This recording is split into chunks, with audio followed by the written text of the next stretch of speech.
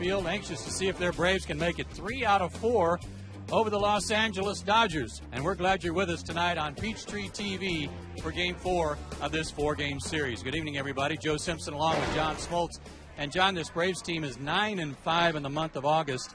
And their record might be a little bit better if they had a little bit better run support because the pitching's been outstanding. Well, the pitching has definitely kept them in it. I mean, certainly they wouldn't be in first place because the run support has been so low. You look at some of these numbers. These are what you want to have going into a stretch run. These 4 guys have carried the staff and given them a chance. 9-5 is a little concerning because when you've got statistics like that, you expect to win more. But thankfully for the pitching, that kept them in first place. Tommy Hansen's on the mound for the Braves tonight. He's pitched in some tough luck lately and only 8-8 on the year. But what has he done to really turn his season around and put up such good numbers lately? Well, he's made some adjustments on the mound, but what he's done is stuck to his principles of throwing great pitches. And, you know, he had a couple hiccups. That's it. Right here, you're seeing all his pitches are back. He had a little bit of a funk with the slider. His curveball, his fastball, his slider, all back. And you know what? It's a shame that he hasn't won many games. But his attitude, from what I can see, has been just keep going out there and doing it. And that's what you got to do. You cannot buy into the fact that when you pitch, they're not going to score because you'll go nuts and your brain won't allow you to be as good as you need to be. Well, the Braves certainly scored yesterday. They tied their season high with 16 hits. They scored the most runs the Dodgers have given up all year long. They'll try to keep that going tonight, and we'll come back and talk about the offense right after this break.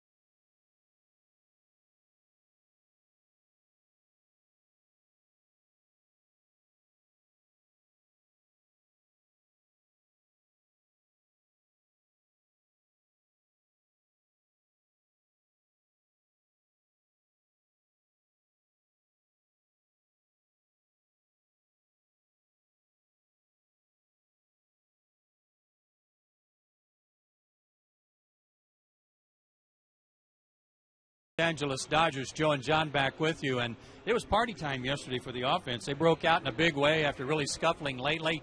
4 of the 5 losses this month have been by 1 run, so let's hope that it's contagious tonight.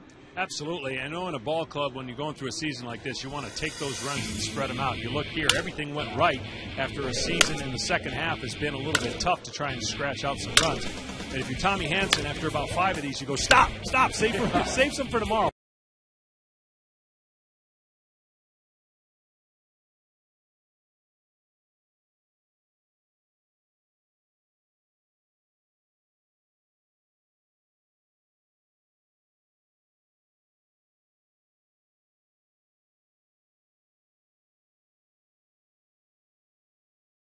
Around soon because they're so far down in the standings. Joe Torre's got to be scratching his head. Well, he might be scratching his head some more tonight because Tommy Hansen's been pitching great, and he'll try to hold the Dodgers down again as the Braves try to make it 3 out of 4 over Los Angeles. When John and I come back, we'll have the first pitch and the play-by-play story for you on Peachtree TV, and that's coming your way next.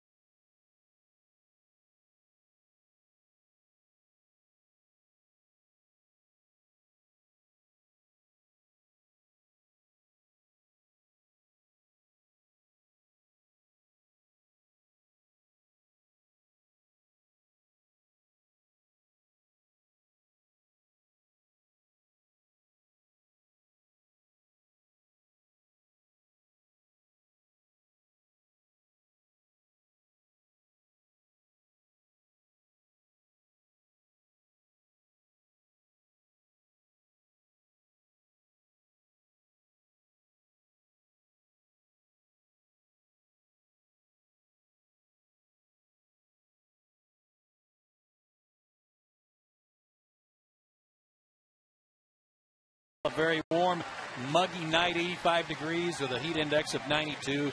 As you see, the humidity extremely high, and the chance of a pop-up storm or two exists. But right now, we've got a little sunshine on the field, and we're ready to go. It's time for the Atlanta Center for Cosmetic Dentistry Big Smile seat upgrade. JJ's found some lucky fans and is now upgrading their seats. Go crazy.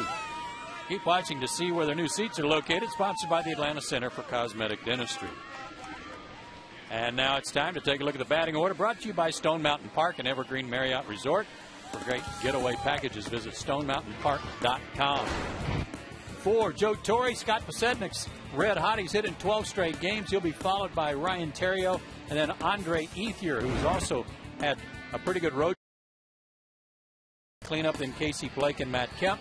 Bottom third of their order, Jamie Carroll, Brad Ausmus, and Chad Billingsley. And they'll go against Tommy Hanson, big guy, 23 years old, 6'6", 220.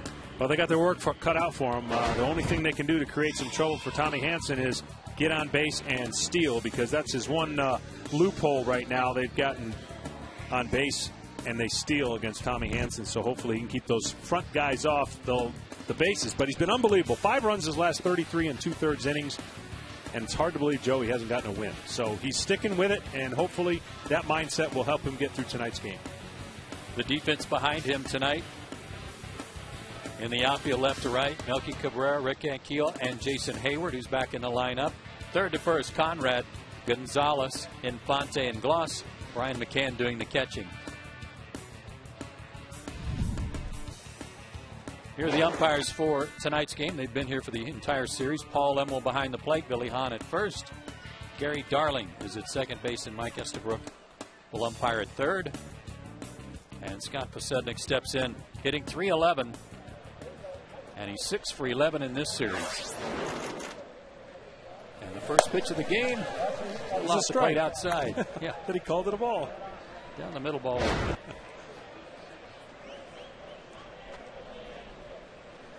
Second start of the year for Hanson against the Dodgers. He beat them back on June 5th.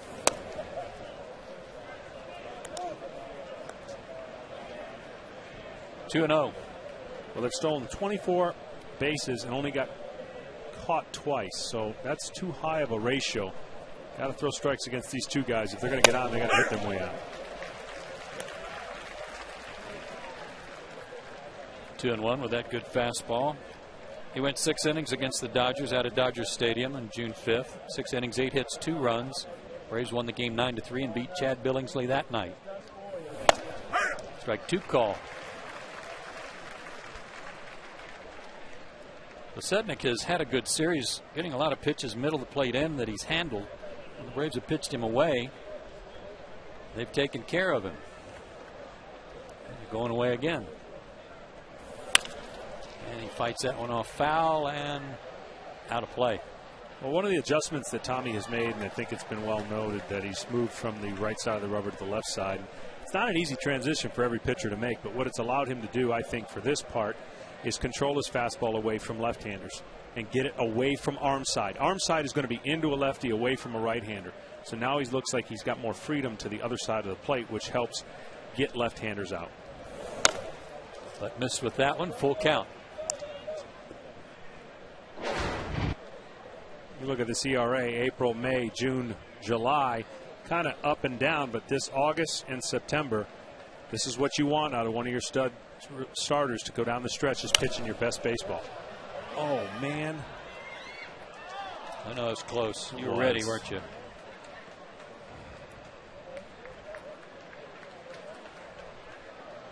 I've told you guys, don't worry, right? I got you covered. Hal, you know that? Okay, well, there's no I in team, Hal. It worries me.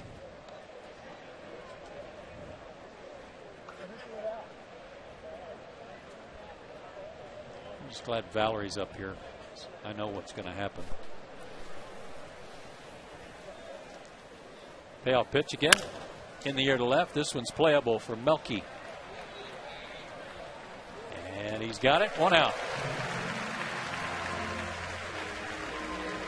The Dodgers, as we showed you in that graphic in our opening comments, have scored 3 runs in this series. 2 on double play groundouts and the other on a sacrifice fly. They have been scuffling big time offensively. The only guys that have been getting some hits in this series have been Pasednik and Terrio, who have a combined 10 hits. And Terrio was getting shut out by the Braves until a couple of days ago. 0-1. 3-13 on the road since the All-Star break. It's not going to get it done for a team that's made some moves, tried to get aggressive. And again, we talked about their interdivision record, real good. They just haven't been able to put it together against the other divisions and make that run that everyone thought they would, management thought they would. And as we talked in the Open, I mean, Joe's got to be going nuts. You know, 14 straight years he's been in the All-Star or the playoffs. That seems like it's in big-time jeopardy this year. One would think. The 1-1 to Terrio. Out of play. Hitting .287 on the year with a homer. Another guy with good speed. 18 stolen bases. Good idea to keep him off the sacks tonight, too. Braves are 41-16 at home. And against this Western Division overall, 18-12. And Tommy probably is one of the few guys that's had better numbers on the road than he has at home. But to continue this streak, and even yesterday, gosh, 16-1 on day games, it sure is hard to explain. Everybody's numbers at home are a little better. Pitching-wise, team record, team average, all those things. And that's one of the reasons that their home record, 41-16, is so glittering.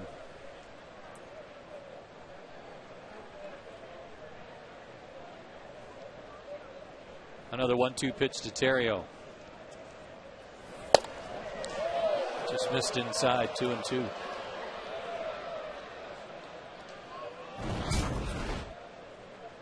This is what getting in and changing the eye set of the hitter is going to help him when he throws that slider and curveball. Tommy's been moving his fastball around and been very successful with it. Still 2-2. What I like is for the most part, in most of his starts, he comes out aggressive. He establishes his fastball.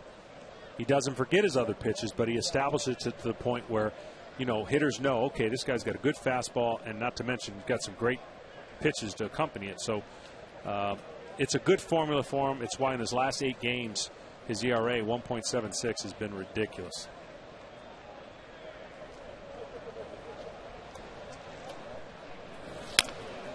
Tough play for Conrad. Tried the bare hand grab, but it'll be an infield hit for Terrio.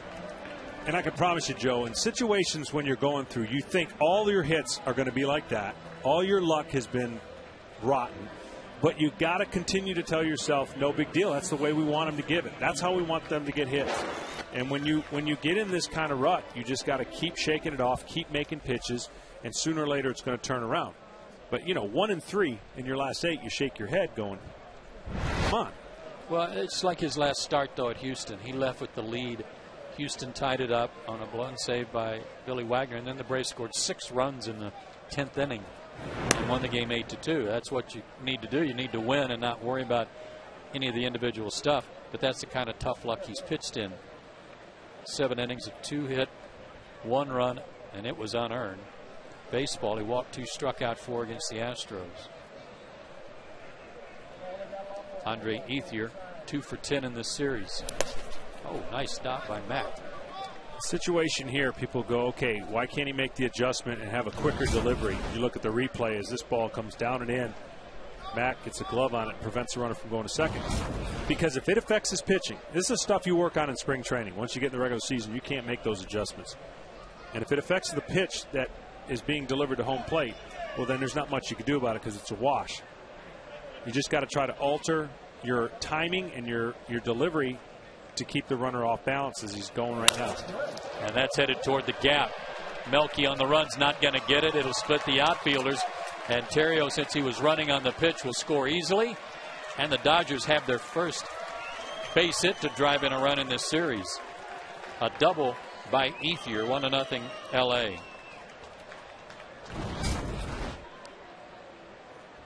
Fastball down over the middle of the plate, and he found the gap. And as you said, Joe, he was running. A good play by Melky, but the position player had to be prepared for the guy going to second. There's no real way to kind of get a cutoff guy to go to throw it at home. 68th RBI for Ethier. His 27th double, as you see, and James Loney, the batter. Dodgers are 0 for 16 in this series with runners in scoring position. Ethier, Kemp, and Loney are combined 0 for 9.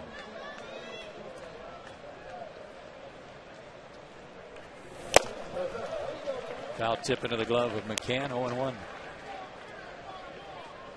Loney in this series, 3 for 11.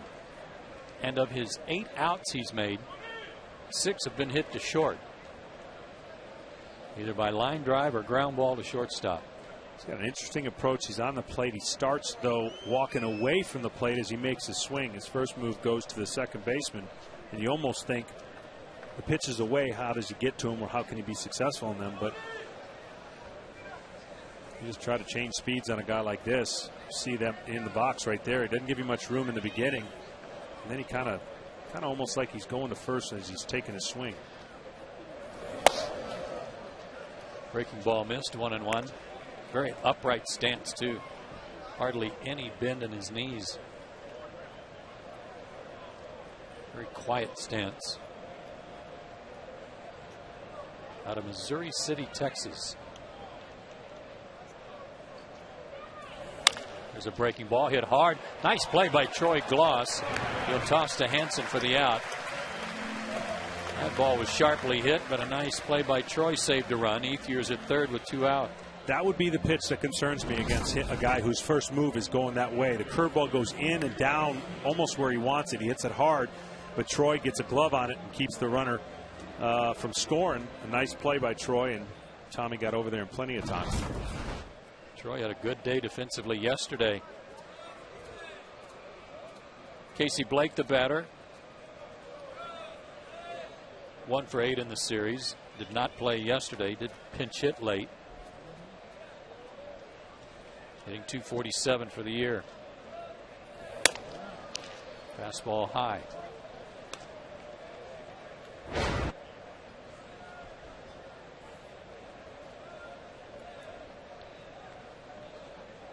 Just underway. Top of the first inning. Dodgers have put a run on the board. Glad you're with us tonight on Peachtree TV. Breaking ball missed, 2-0.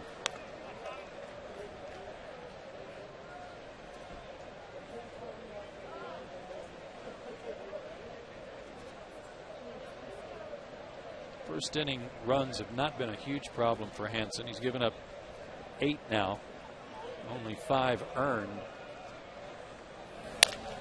To the hole. Backhanded by Gonzalez. Plants, throws. Got him. That saved a run. Nice play by Alex Gonzalez from the deep hole at short. And the Dodgers get 1, but that play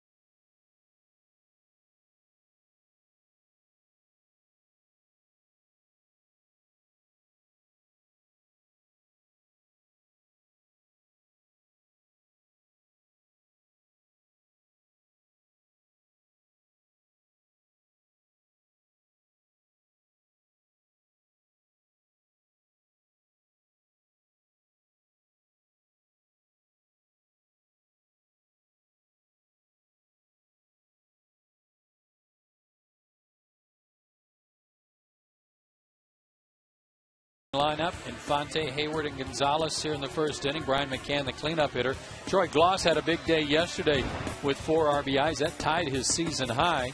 He'll be followed by Brooks Conrad and Rick Ankiel. Then Melky Cabrera batting 8th, Tommy Hanson 9th, and Chad Billingsley is on the mound. Chad, 6'1", 240 pounds out of Defiance, Ohio. They got their work cut out for him. Similar pass in the last 10 games as Tommy Hanson. In 2 games, he gave up 14 runs. The last 8 games, he gave up 12 runs. That's a 1.81 ERA. He's been awfully good. He's got a lot of good stuff. Just haven't been able to put it together as Tommy with the luck factor. Strike call to Infante. Omar, 7 for 12 in the series. He's got another hitting streak going, although a modest one, 4 straight. Billingsley, a 9-game winner. Misses outside, 1-1. He put together 24-plus scoreless inning streak not too long ago. So the capability's there. He's got a lot of good stuff, and some have questioned whether or not he knows what to do with all of that stuff on a consistent basis. But in the air to right field, Ethier has it. 1 out. You look at some of his splits, and at home, 4.61 ERA, on the road, 2.96. You definitely want to try to catch him at night. 4.68, because in the day, 0.86. I'm always, you find different pitchers like certain situations.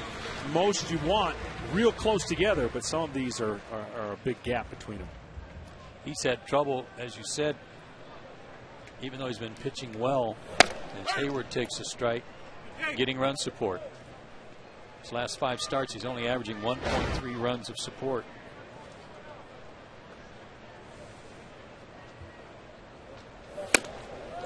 Oh, 0-2 to Hayward. Jason back in the lineup after missing yesterday's game with a sore knee that he hurt in Houston.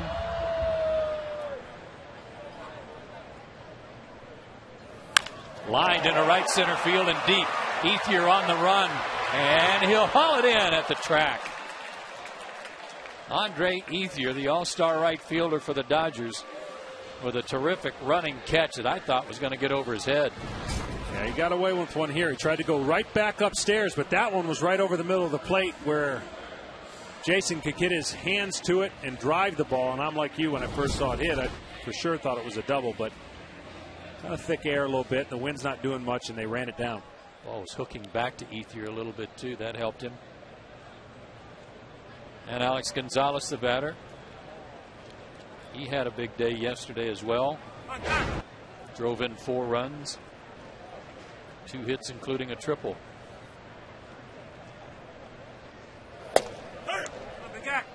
.92 from that fastball. Billingsley was a first-round draft pick by the Dodgers back in 2003.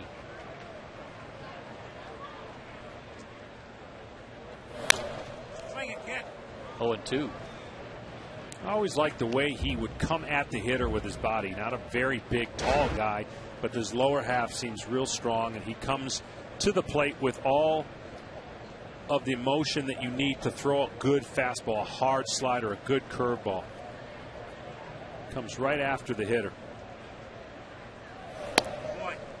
Goes off that slider does Alex, and the count 1-2.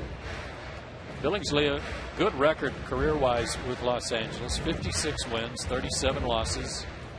16-game winner 2 years ago.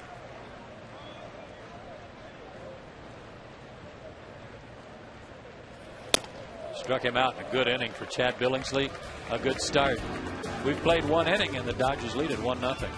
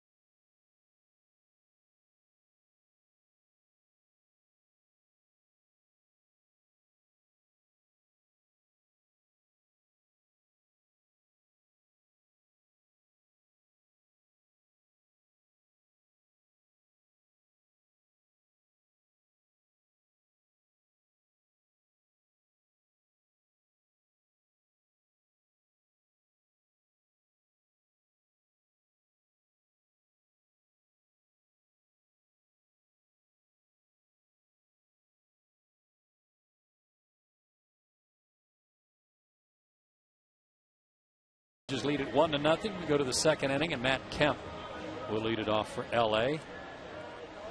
2 for 11 in the series, 261 average on the year. Tommy Hanson gave up a single and a double in the first and trails 1-0.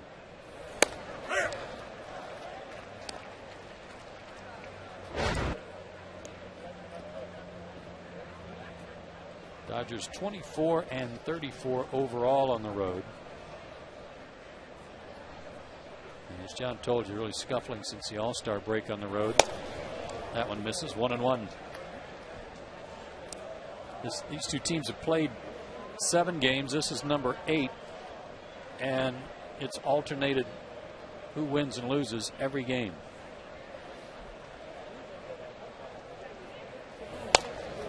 Tonight it's the Dodgers' turn, but Braves will see if they can do something about that. That's a pitch right there that's gotten increasingly better, and probably is, you know, he needs that to be a strike call. It's a great slider that the hitter laid off of, I think, mainly because the previous fastball wasn't a strike, and that pitch recognition he laid off of. You've got to understand, when you're pitching, you've got the stuff that Tommy has. You've got to hit with your fastball for that slider to be inviting. Unless you got just a swinger at the plate where he swings at anything, you could throw any pitch at any count. But you've got to hit with an outside fastball, and a lot of that's going to do with the umpire too, if he's giving you that part of the zone. 3-1 pitch lifted to right, and Jason Hayward is there, and he's got it. 1 out.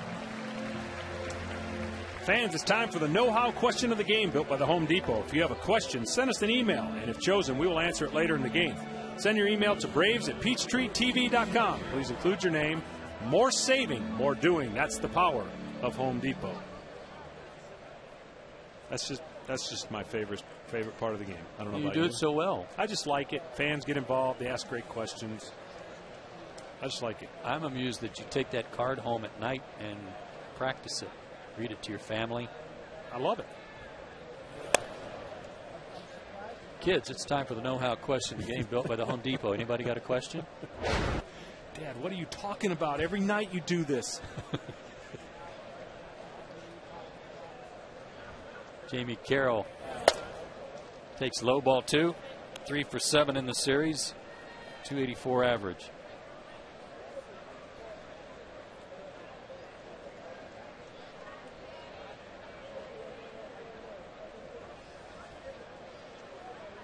The 2-0. There's a strike. 2-1. My recollection of Paul Emmel is that he's a pretty good pitcher's umpire, but it's been a little bit of a tight zone here in the first inning and part of this one. It is. You got to, umpires have a sweet spot. It's either inside corner or outside corner. He sets up on the inside corner, so that's going to be more of his sweet spot. Alex can't get to it, and that'll be a base hit for Jamie Carroll. Right over the mound. Tommy falls off on his follow through, so he wasn't in a good position to try to glove this. Yeah, and every pitcher does what he did and tried to grab it bare hand, but it's not the thing you want to do, because all you got to do is deflect that finger or fingertip the wrong way, and you're missing some starts. What I meant by that is an umpire will pick a spot, and you look at the umpire, he's on the inside corner of the right-handed hitter. So he's guessing a little bit at best with the right-hand side of the plate, and we'll get a good shot right here. So you got to imagine that those pitches that are out there, although be very close so far, he doesn't have as good a judgment as he would on the pitch on the inside. That's why I used to like the old-time umpires with the big chest protector, and they'd sit right over the catcher, right over the middle, no fear of anything. And I thought that the strike zone had a chance to be more consistent. Throw in this whatever it is now, and they all get graded on it. It's jumbled it all up. Yeah, that ZE system. Strike call to Brad Ausmus, looking for his first hit of the series. 0 for 5. And just 2 for his last 14. Has spent most of the season on the disabled list with a bad back. They've lost Russell Martin to the disabled list, and not sure when or if he will be back.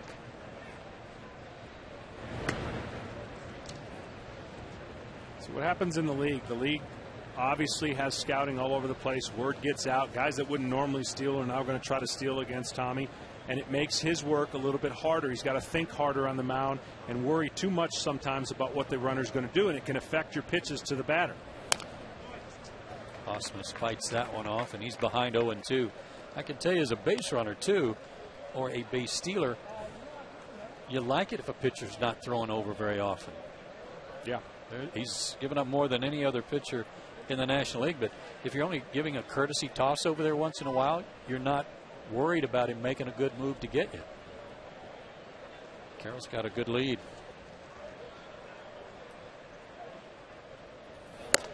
The 0-2 is high.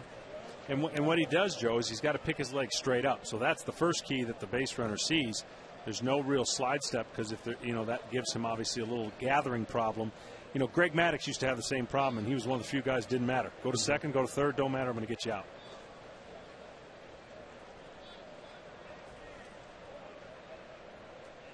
There's a quick step, but it threw him off, and it's 2-2. And exactly what I was going to say. You could see that didn't give him enough time to catch up on the slider. The slider ends up being a mediocre pitch. Too many more of those, and you eliminate the slide step.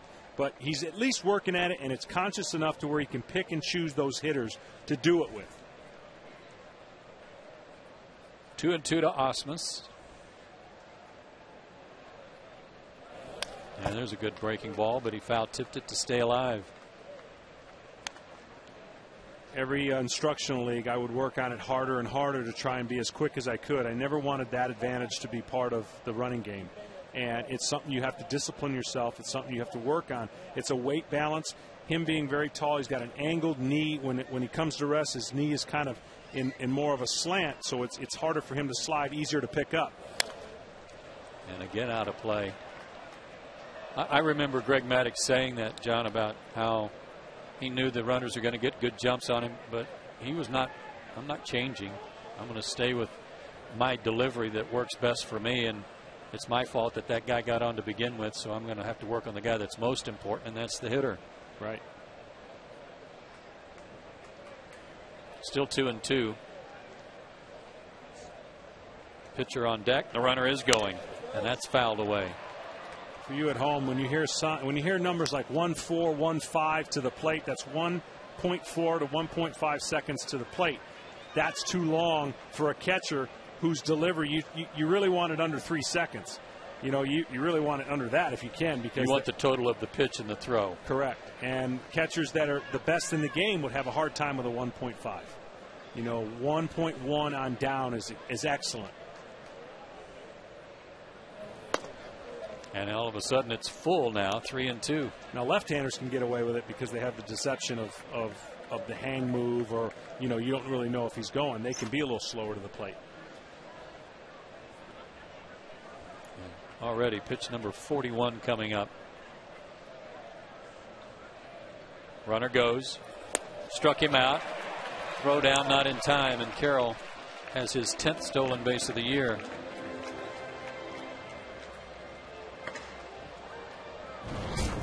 Here you don't mind. It's a 3-2 count. You're going for the strikeout anyways. The pitcher's on deck, but you can see how quick of a jump that they're going to get, especially in a running count. And get the first guy out. Even if the next guy gets on, you're okay. You don't get the first guy out, then you put a little more stress on yourself. And it brings the pitcher to the plate. Chad Billingsley 6 for 41 on the year, hitting 146 with a double and an RBI. Put a good swing on that one, but he's late. He was a good athlete in high school at Defiance, Ohio. He was starting quarterback, star pitcher.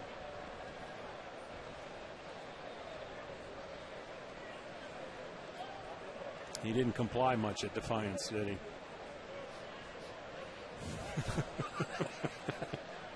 No. I don't think anyone did there. Just short. Alex with an easy hop.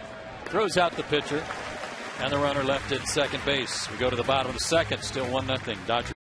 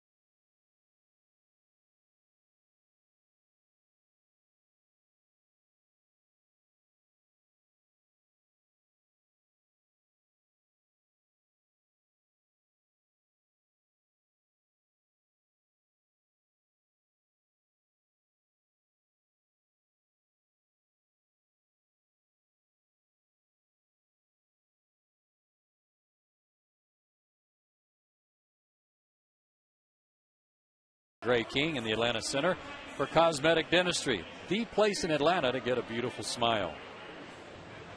I love that jersey. Can I tell you something about that jersey, Joe? Joe? I think I liked it even more. I could not convince the team to let me pitch in that every single time. I never gave up a run in that jersey. Really? Yeah. On Only those did 3 throwback times. days? Yeah, only 3 times. And it's hot. That jersey's not a breathable one of those, but it's a beauty, though. You got one of those framed on your wall at home? I do. I don't know if I was supposed to take it or not, but don't tell anyone. Okay, I won't. I got it. No, they gave it to us. Here's McCann leading off the second. Just 1 for 9 in the series. And he takes a big breaking ball inside for ball 1. Bryant's just 1 for 11 against Billingsley in his career. That hit a homer. This guy's always had a real good curveball. But people telling us, and scouts primarily, that it's not quite the curveball it used to be. No, and part of some of the drop off a little bit. When you throw a slider or hard cutter and a curveball, it's hard to keep those two locked in. And he certainly had lined up the middle, base hit for Bryan. That was a shot, and even with Carroll cheating up the middle at short, he couldn't get to that one. Good start for the Braves in the second. Fastball out over the middle. Bryan didn't try and pull it, went right with it. You could see the shortstop was cheating up the middle, but couldn't get to it. Surprising statistic from Billingsley. He's only given up 1 home run to a left-hander. Now that to me is just impressive when you think about all the left-handers he's going to face. Stephen Drew being the only one early on in the season. Pretty amazing stat there. Troy Gloss had a big day yesterday. Drove in 4 runs. Had a big 3-run homer in the 5th inning. Fouls that one back. And he's never had a hit off Billingsley, although it's an 0 for 7 mark. Braves beat Billingsley back on June 5th when he and Hansen hooked up before. He went 6 innings, gave up 7 hits, but only 3 runs. Walked 2, struck out 5. He's lifetime 1-3 against Atlanta. There's a curve, and Osmus thought it was a strike, didn't get the call. And Brad talking to Paul Emmel about that.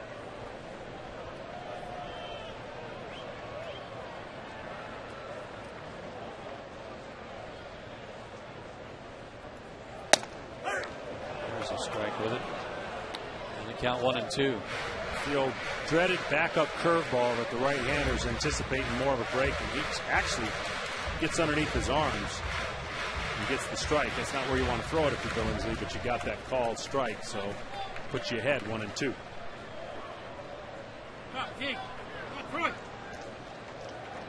Troy with 16 homers, 69 RBIs. 3 of his 16 homers have come against the Dodgers. But when you talk about home runs among starters with at least 20 starts, Chad Billingsley among the league leaders in that. He's only allowed 7 homers total, John. Josh Johnson has allowed only 5 for the Marlins.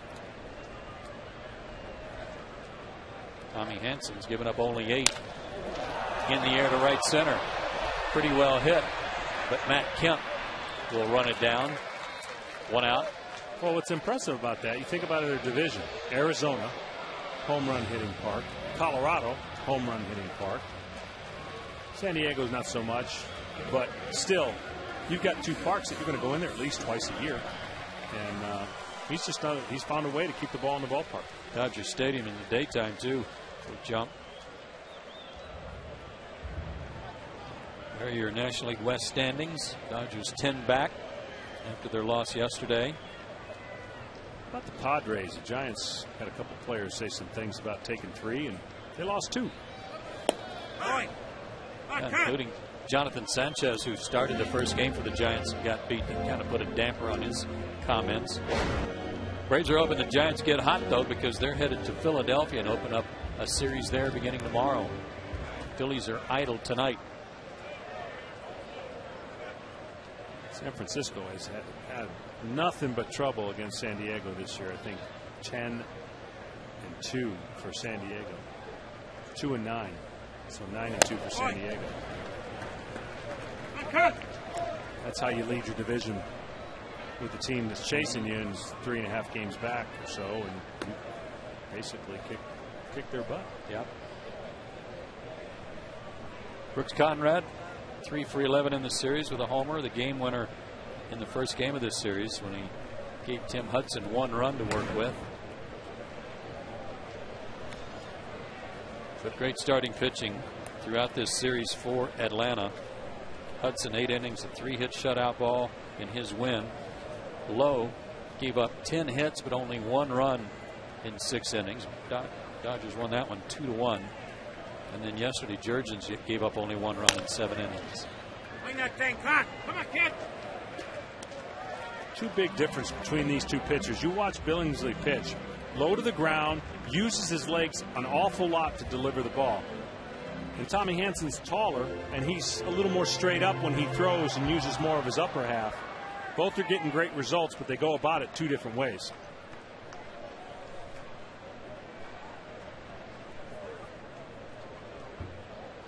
It looks like this guy was really taught how to use his body the best way to pitch.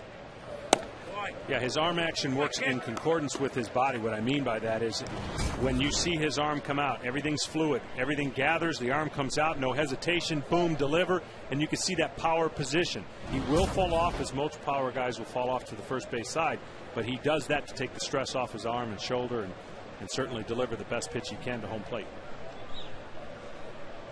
2-2 to Conrad. There's the breaking ball. Chased a bad ball, and that's the second strikeout for Billingsley. He foul tipped that ball in the dirt. I thought it hit in the dirt, and that's the sound we heard. Yep, you're right. He missed about a foot. Yep.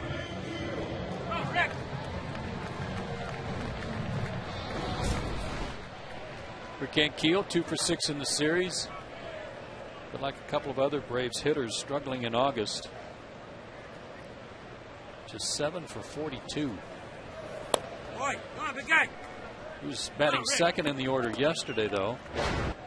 Was on base 3 times, a single, a couple of walks. Lined out hard his last time up.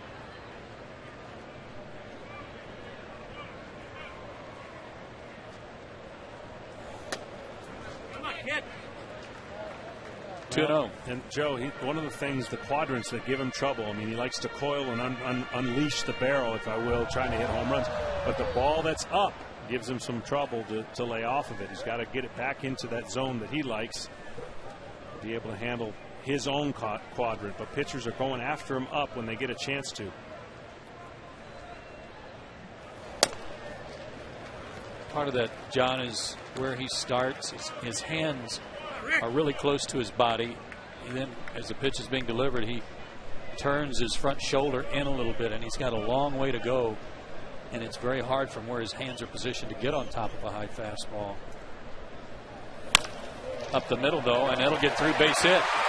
McCann's got a chance to go to third, but he'll stop at second. And not take any chances to give Melky Cabrera a chance. And Melky's swinging the bat real well right now. Well, this is a crippled pitch, 3-0. You think he's taken. Lucky for Chad that he didn't go deep with that ball. There's some guys in this league that can do that, 3-0, and there's some guys that can't. Boy, I used to love it as a pitcher when a guy would get too excited and either pop that up or get it out, and you've just wasted an at bat because you got some more pitches you could hit after that. You've really got to shrink your zone for the pitch you're looking for to make it effective. Melky's hit it 3 straight and 3 for 8 in the series. And as you saw there, getting hot. His average up to 269. So guy got off to a really rough start in April, but since then he's been very consistent. So an interesting position that Brad was looking for that slider up. He had the glove up as if he was going to throw a high one under his hands. And Chad threw it down and in. It was to center field. Kemp got a good jump, and he'll make the catch. Hard hit, but out. Braves lead 2, and we've played 2, 1-0 LA.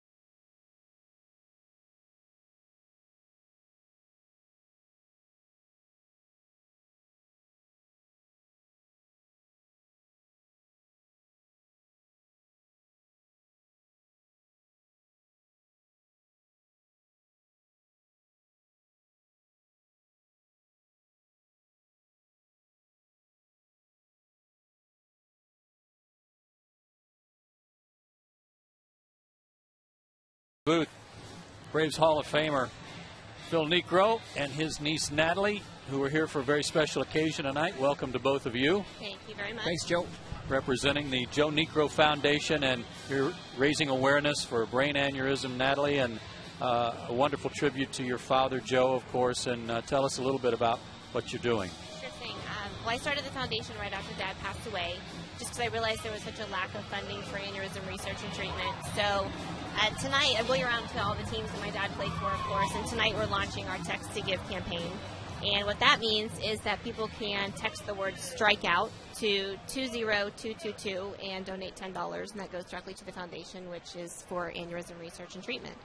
Well, that's an easy one to remember. 20222 for the text. As we're back to the top of the order for the Dodgers, and Scott Posednik, who flied out his first time up, takes ball 1.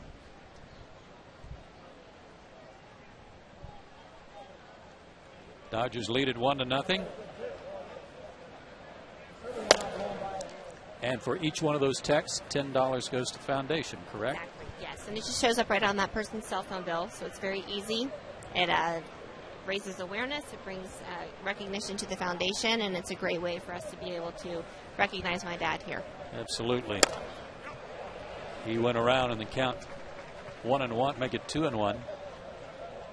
What a thrill it must have been for you, Phil, to be able to play with your brother here in Atlanta for a couple of years. Well, it was, Joe, and here comes the pitch. Call it. Go ahead. That's a little fly ball down. Well, I don't know. How you guys do that? But he caught it. He did catch it. He caught it it for an out. Nice play by Melky. It was. It was an honor and a pleasure to play with Joe. A little bit here, a little bit with the Yankees, and pitched against him 9 times in the big leagues. He won 5, I won 4, and total respect for each other. Missed the guy every day, and as Natty was saying, boy, the aneurysm hit him about 4 years ago. Down he went, and we buried him 4 days later. So we're trying to let everybody know in this country, possibly over the world, why these things happen, because there are a lot of people that are struck by aneurysms, as you know. Yes. Matter of fact, the number is 1 in 15 people No who have fooling. an aneurysm. Oh, That's a lot. Yes. It's ball 1. I think that may fall, but it won't because the center fielder caught it. good job, That's Phil. why it's not falling. You know what? You've got a future in this game, I thank you. think. Not Or that replace long. your job, it sounds like. Yeah. Phil, you noticed real quick when you got up here how many people were in the stadium. Yeah, I'd say that between 30 and 35,000. What do you think, Joe? I think you're right on. Right on it? Between 30 and 35,000. 5,000, Yes. Yeah, Okay. I thought I had you there for a second. No, you had me going there a Yeah, I minute guess, ago. yeah. Now, Smoltzy would have pulled that on you. I don't. Have you been listening to some of his jokes? on I'm the writing air? them all down Are you? to make sure I tell them to no one. You know, Joe, I don't know if you know this, but Phil has just written a book. Has he? Yeah. On putting, golfing. Yeah, tell them about it. No, I just wrote a book on putting and golfing. It's called How to Line Up Your Fourth Putt. So I'll pass one of those to you if you like one. I could use it. Used it today. Andre Ethier takes low, ball 1-1-1. How was your game? I played the other day. I lost 3 balls on the putting green, Joe. Did you? I don't know if you ever got to that point. You'd have to pay better attention. But I'll do it real well. Sounds like maybe you were paying a lot. The 1-1. We were doing some stat work, you know. Hal Galima looked some stuff up for us, Phil. You had 43 career shutouts with the Atlanta Braves. That's more than Greg Maddux and Tom Glavine combined. Really? How about Did that? not know that. How about that? As Braves, Glavine had 22, Maddux had 21, you had 43. Well, I think, as we all know, the whole As many. science of pitching has changed. And, you know, I was lucky to go out there. Never got hurt. No line drives. Able to go out there every 4 or 5 days and win a lot, and I lost a lot. Grounder to second. Natalie, give us that phone number again for the texting. Sure thing. It is 20222, and you text the word strikeout. Automatically donates $10 to the foundation. And then if you want to find out more about the foundation, the website is joenecrofoundation.org. Thank you for being with us. Thank and thank you you so for much. bringing awareness to us for this, too. Thank you for taking the time. Thanks, guys.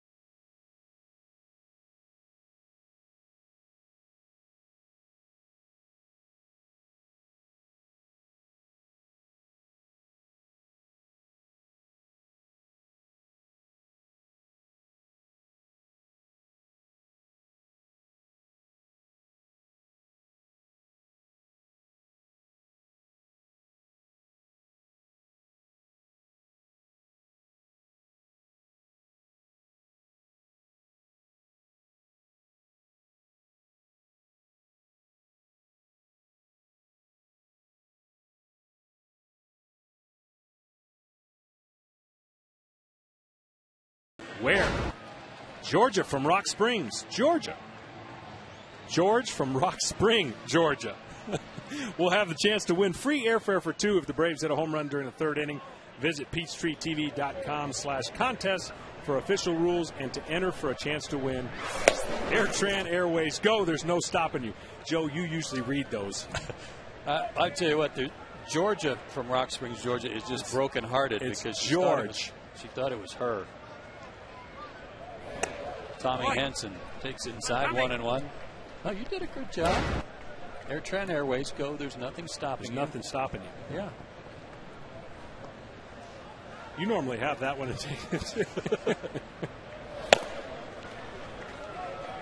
1-2.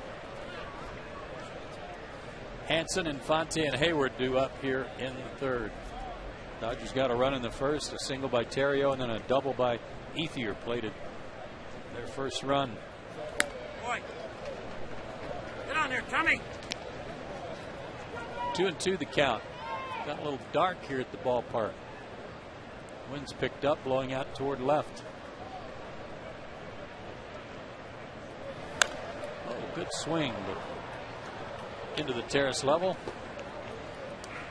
Tommy's gotten better over the year. He's been more competitive at the plate. Got to help himself in Houston with a high chopper to get around. And certainly every pitcher takes pride in trying to be as good as they can. More importantly, you try to spoil as many pitches as you can from the opposing pitcher. 2-2. There's a chopper to short. Carroll charges. Throws on the run and got him. Phil Niekro's a good hitter. Hit some home runs. Hit a lot of home runs. It reminds me that they were really hit into the wind. Infante fly to right his first time up. Came into the game hitting just under 390 at home.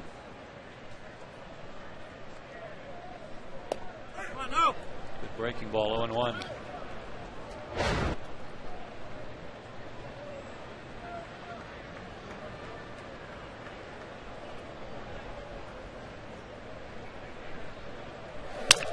Breaking ball grounded to third. The use of a lot of breaking balls so far this inning. And there's 2 outs. Come on, Jake. Billingsley's last start came against Philadelphia, and he pitched real well, but got no runs to work with. The Dodgers got shut out again. He went 6 innings, 5 hits. Gave up the 2 runs, walked 3, struck out 3. Did you know that Joe Niekro got his only home run off his brother Phil? No. Wow.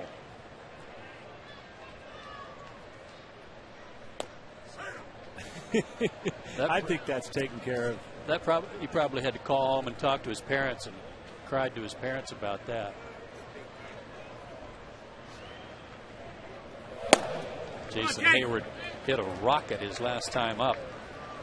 First time up tonight, but Ethier made a good catch out in right center. Hal came up with that stat. He's now getting harassed by Phil. Boy, come on, kid. Jason's another one of the guys that's had a hard time getting going here in August. Just 6 for 39 this month. But again, hit the ball hard his first time up. Good pitch in the outside corner.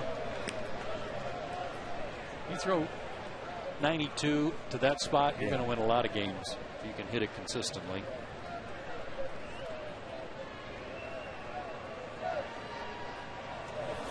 And the breaking ball got him. 3rd strikeout for Billingsley. He is sharp. And this has been the Airtran Airways home run inning of the game. Be sure to register at PeachTreeTV.com.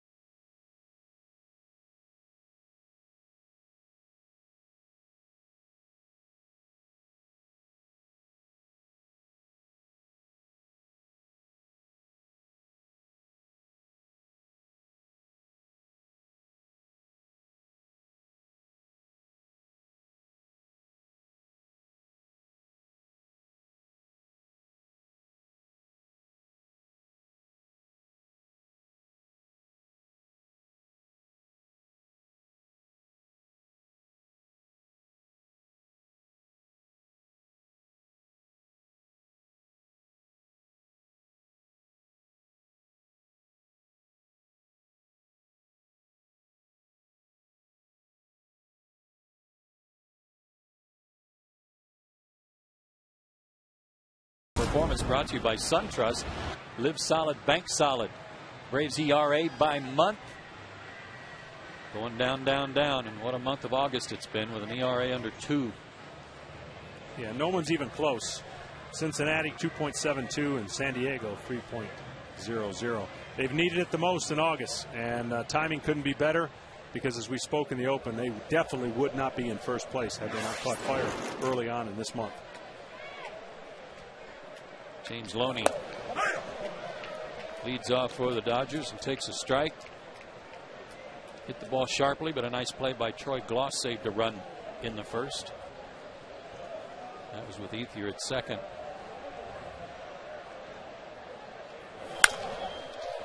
Inside out swing and a fly ball to left. The wind blowing out that way a little bit. Carries it out to Melky. 1 out.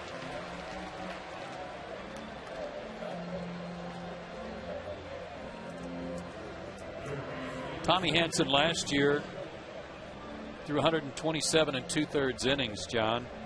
He was 11-4, had an ERA of 2.89, third in the Rookie of the Year voting. Gave up 10 home runs last year in 127 innings. He's up to 141. This is his 145th inning of the year. Any concerns for a guy in his second year of the big leagues, maybe extending himself?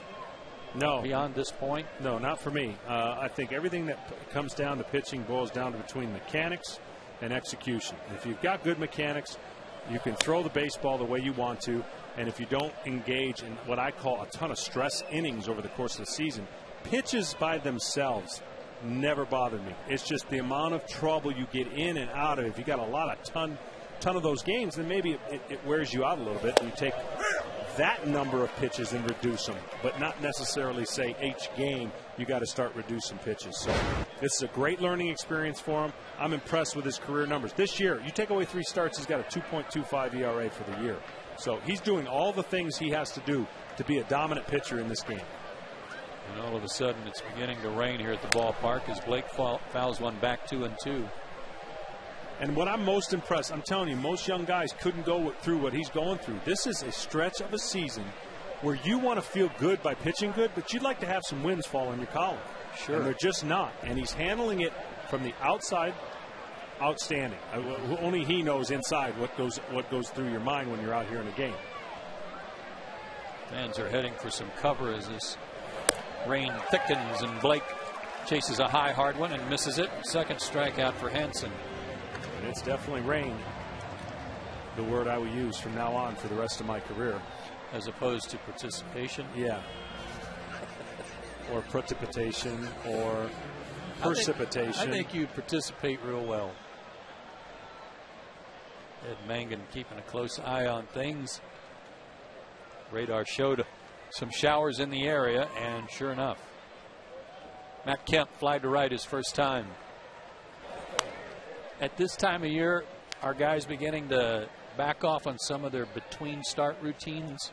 Well, see, and that's up to each individual. I mean, when you get to a point where you're not used to it, yeah, you back off of a little bit. There's no excuse for not being in shape, but if you get a little weary and your legs get heavy and your arm feels, then you back down from it. But you do the little exercises that keep you fresh throughout the year. A little low bridge there from Hanson that Kemp almost walked into. Didn't look that close, except that up under his hands. What people forget to realize is that, pitchers pitch once every 5 days, and they think, how hard can that be? Really, the most important work you do is those 4 days in between. And there's that one day where you do nothing, at least I did, nothing, the day before I pitch. Everything else you do is building blocks for you to sustain a season.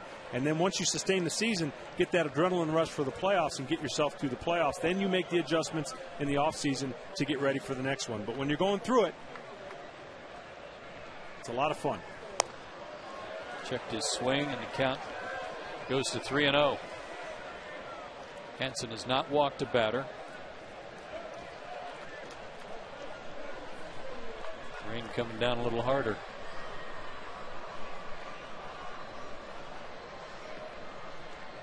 .30 pitch. Kemp taking all the way, and there is ball 4. But, Joe, I can't impress enough how much it's a mindset. Your mindset should be one way. I'm pitching until the manager takes the ball out of my hands. If you want to throw in between, throw in between. If you don't, you don't. The mindset is, I know what I've got to do. I've practiced it. You know, pitchers go through all kinds of sessions. I went through, you know, years where I pitched twice in between every start, and I went a whole half season, a whole year when I never picked up the ball in between start. Your mindset has to be, I'm going to get it done when I get out there. And it's changed. It's changing for them. All these organizations are coming up with theories. As you look at this pickoff move, caught him flat-footed. But that's the part of the game that has changed the most.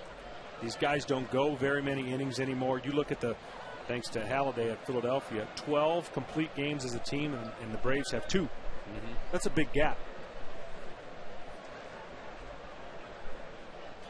Kemp looked like he was running when they threw over, so they pitch out. The Braves guessed wrong this time, and the count 1-0 to Jamie Carroll, who singled and stole a base in the second inning.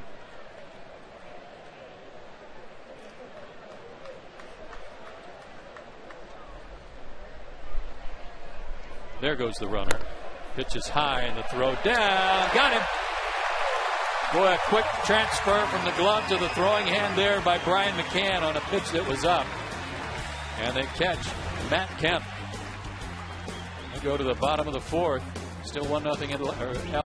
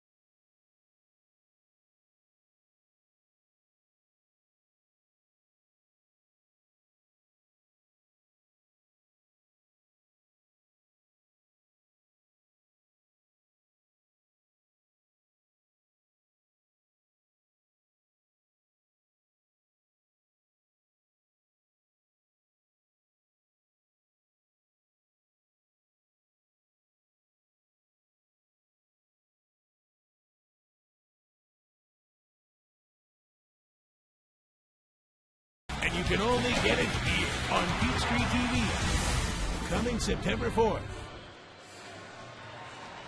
Part of the order for the Braves as we go to the bottom of the 4th. Gonzalez, McCann, and Glostu up against Chad Billingsley, who's been sharp so far. Braves have 2 hits. But the Dodgers lead it 1-0. Gonzalez struck out his first time up.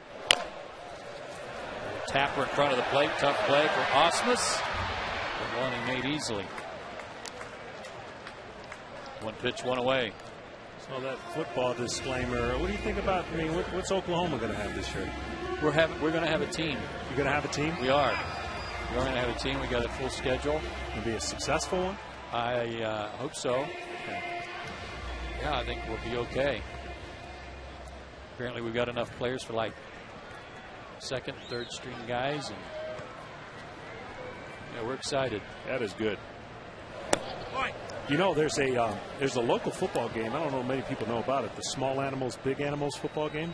Oh, I hadn't heard about it. Yeah, usually the Big Animals win every year. In this one particular game, the Big Animals were up 45-0 at halftime. So the second half, the Little Animals kicked off to the Big Animals, and they stopped them right away. And they got to the huddle, and the captain was a squirrel and said, who made that tackle? Centipede said, I made that tackle. He said, great tackle. They get to the huddle. The Rhino's in the fullback position. The Gorilla takes the snap, hands it off, 5-yard loss. Line to right. Base hit for McCann. He's at first with 1 out. For the sake of this game, this happens 3 straight times, and same thing. Squirrel says, who made that tackle? Centipede each time said, I made that tackle. He says, hey, where were you in the first half? He said, I was taping my ankles.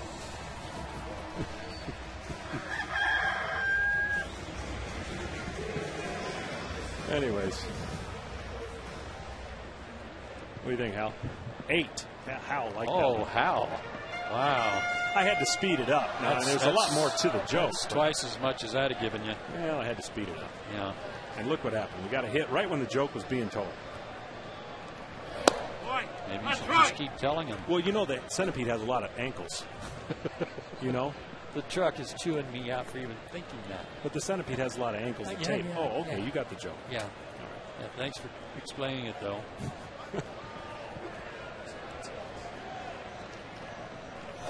Troy can't lay off that high pitch and the count 1-1. Speaking of tape, you know who used more tape than any player I'd ever been around was Tom Gleck. Well, he called him wooden ankles. Oh, I hadn't heard that term before. 12 Band-Aids on every toe, both ankles taped. It was unbelievable. I guess all that skating got to him. To second, double play chance here.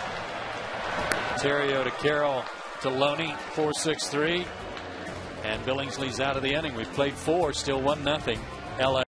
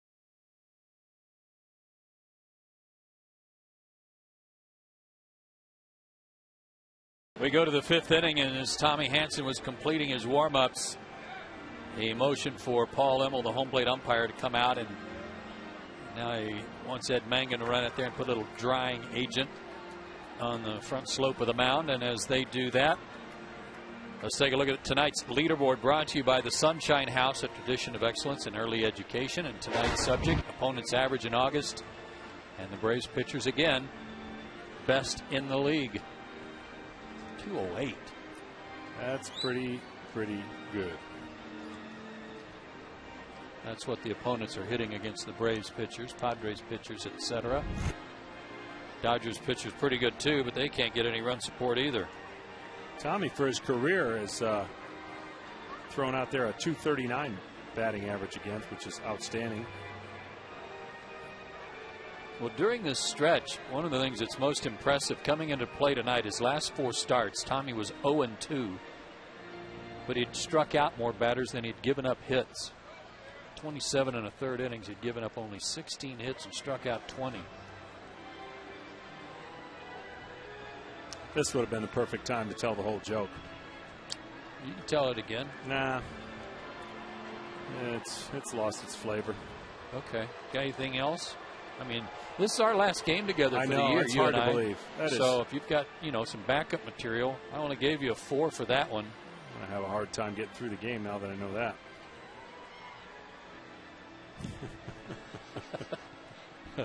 The truck just went AWOL on me when I suggested that you tell another one.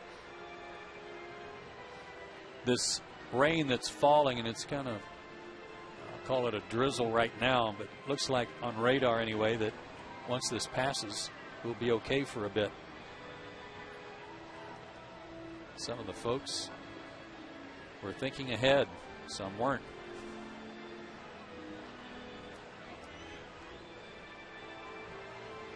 Well, all this is for Tommy is he's just going to get reacclimated with his landing foot and make sure that it doesn't slip. It's always interesting as a pitcher when you stand on the mound and you look at the certain holes that have been created, and the devastating ones are the ones that you don't want to land in, but the opposing pitcher has already gotten. So sometimes you have to move from that. But here you just want that diamond dry, or whatever they call it these days, to be able to just get your landing foot in a position where it doesn't move. If it moves, you're going to alter your pitch. And every pitcher is going to, his foot when he hits is going to skid just a smidgen or two, but you don't want it to slide and spin out.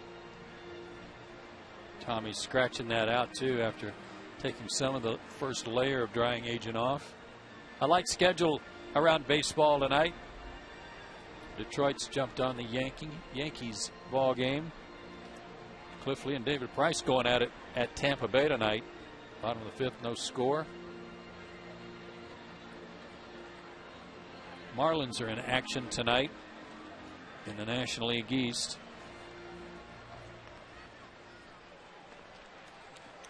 And so are the Mets. Mets are at Houston. Florida's at Pittsburgh. They were trailing early. There are those games. Pittsburgh on top 2-1. And Jamie Carroll back to action. Takes ball 1. Mets are at the plate when Kemp was thrown out trying to steal. Sorry, Joe. Mets are in a little dilemma with K-Rod. Yeah, how about that? That's going to cause some issues on whether or not.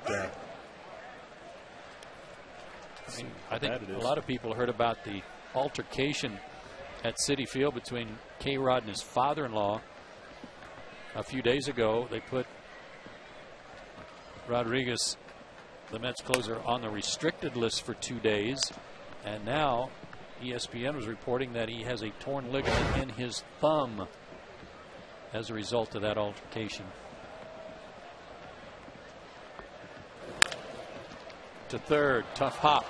Brooks knocks it down, throws him out. And the rain all of a sudden just got a little heavier.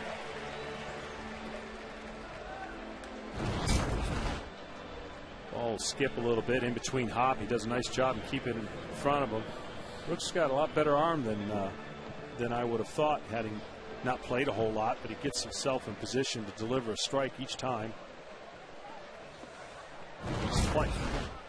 Doing a good job over there filling in so far for Chipper. Brad Ausmus struck out his first time up. Takes ball 1. Chipper was at the park again today. He said some of that painkiller was beginning to wear off. Hard hit, one hopper right to Gonzalez. Alex throws him out, 2 down.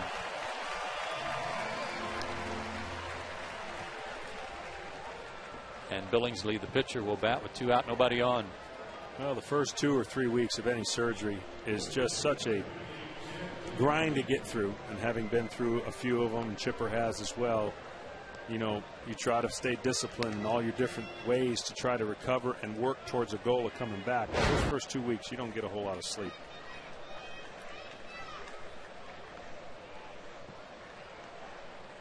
Billingsley grounded out his first time up, took a strike. Eric O'Flaherty's ready to come back, it appears. He had a perfect inning on his rehab assignment to Gwinnett last night. His 2 outings, 2 innings, 1 hit, no runs, no walks, 2 strikeouts. Martin Prado is at Gwinnett to work tonight. Go against some live pitching, if weather permitting. If we get a report on his at-bats tonight, we'll pass it along. One of the things I can remember from the first surgery where they give you the brace in the arm that you got to wear at certain angles. And the lady says, now, you know, you're going to take this off. You're going to get mad. You're not going to be able to sleep through. That's what an athlete wants to hear. You're not going to be able to do it. I said, I'll show you. Yeah. I can do it. I threw that thing off at 3 a.m. in the morning. Big breaking ball from Tommy there. He strikes out Billingsley. He's got 3 strikeouts on the night, but pitching brilliantly again. He's given up 1 run through his 5 innings.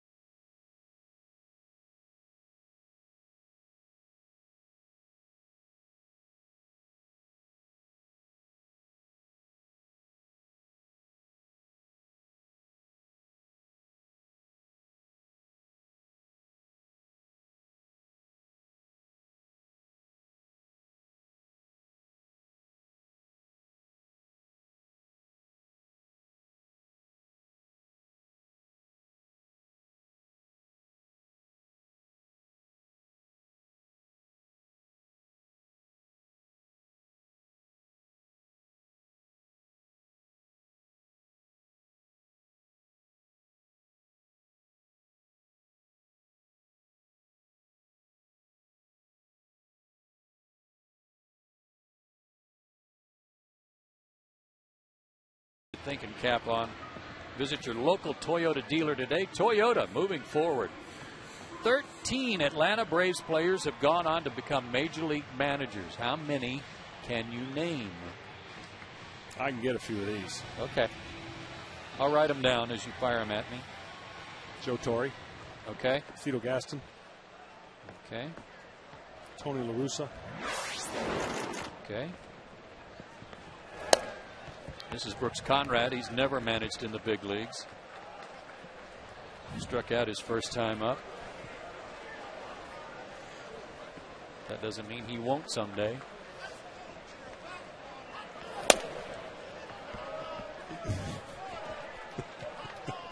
Oh, John apparently was watching them do the graphic today. I was here early doing some work, and I just happened to have it up on the screen. You know, when your face gets real red, we should know. You know, the problem is, I saw it, I still can't remember them all. Well, I've got some, and I didn't see it. I got a couple to add to it. Eddie Matthews and Del Crandall to go with Torre, Gaston, and La Russa. So that's 5 for us combined. Jerry Royster. 3-1. Oh, there's a real good one.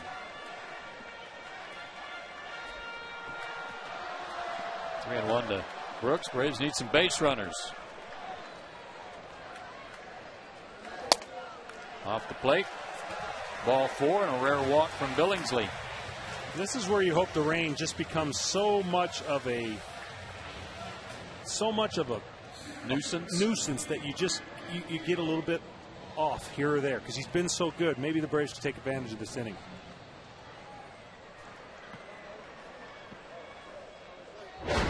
Rick Ankiel singled up the middle his first time up.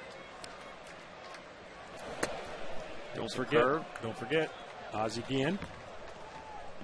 Good one. Davey Johnson. Good one.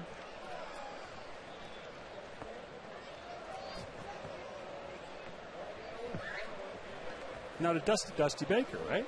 Yeah. Out of play.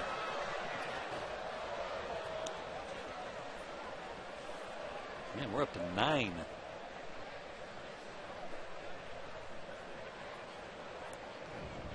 Osmus comes out, makes sure that Billingsley is comfortable on the mound. His foot is landing in a good place. The 1-1 pitch to Ankiel. High fastball. 1-2.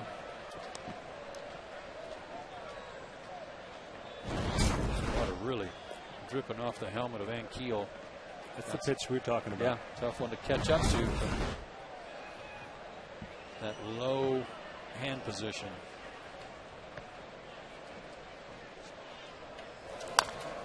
Stays alive.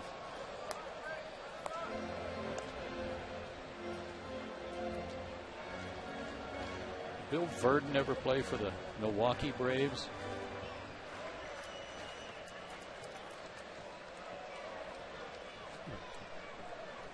Might be one. Look out. 2-2. Do you know when a pitch comes in like that? Even now, as long as it's been since I played, I still do a little jackknife thing where I'm kind of getting out of the way of it. I'm telling you, it's not a lot of fun when you're at the plate and you have that situation come your way and full count. And you just know it's going to hit you.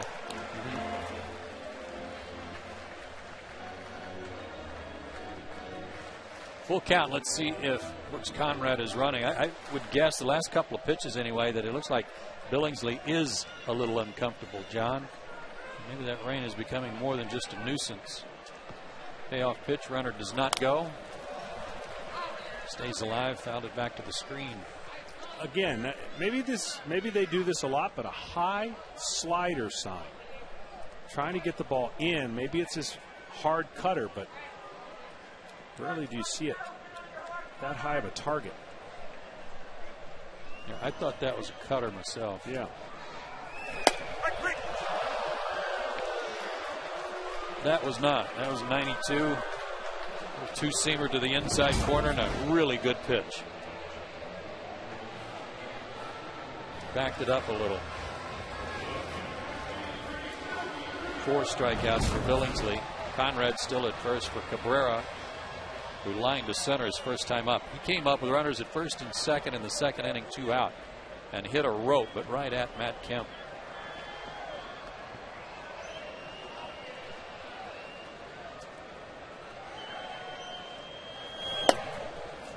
One and 0.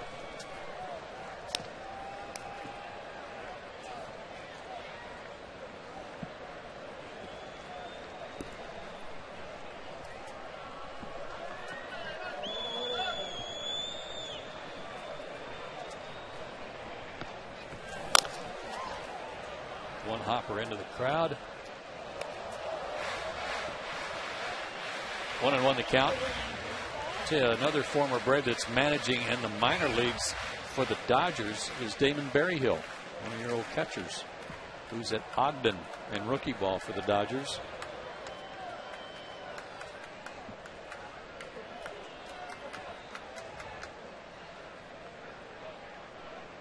There goes the runner. Check swing was a strike. The throw down, not in time. Did Brooks stay on the bag? He did. Brooks has his 5th stolen base of the year. Picked a good jump. Yeah, picked a good pitch. Curveball that was up, got a good jump. And with the being wet out, luckily he was able to stretch that hand out and stay on the bag. He's 5 for 5. See how Billingsley plays it here. He's ahead in the count, 1-2, and has the pitcher on deck. We're figuring to go right after Cabrera. 1-0 Dodgers. We're in the 5th. And Melky stays alive. He's really staying in on the left-handers, isn't he? He is. I mean, he's got my attention to why he's only given up 1 home run to left-handers. He's pitched them awfully tough. A riding fastball, hard cutter, good change speed in his curveball, and he's kept the Braves off balance.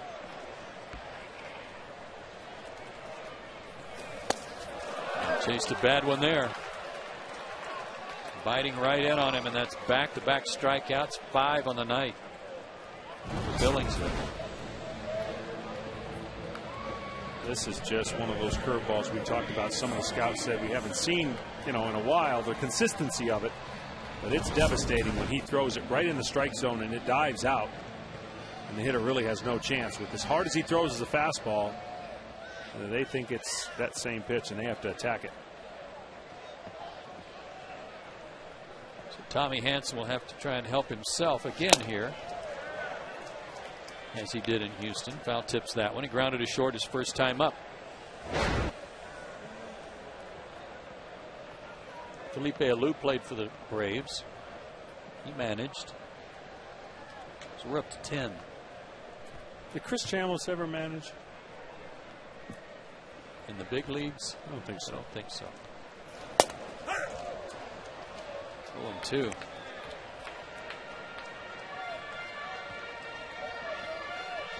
Joe Torre was a manager here in Atlanta. Chris Chambliss was on his staff, so was Bob Gibson. There's Chris with Bob Horner and Dale Murphy. The 0-2, and he spoiled that pitch. 69 pitches right now for Billingsley. He's been very economical, but he's been out there a while here in the 5th inning, and he's got to be just about soaked. You know a catcher we overlooked? Catcher in mind, John Russell. Oh, yeah. Good one.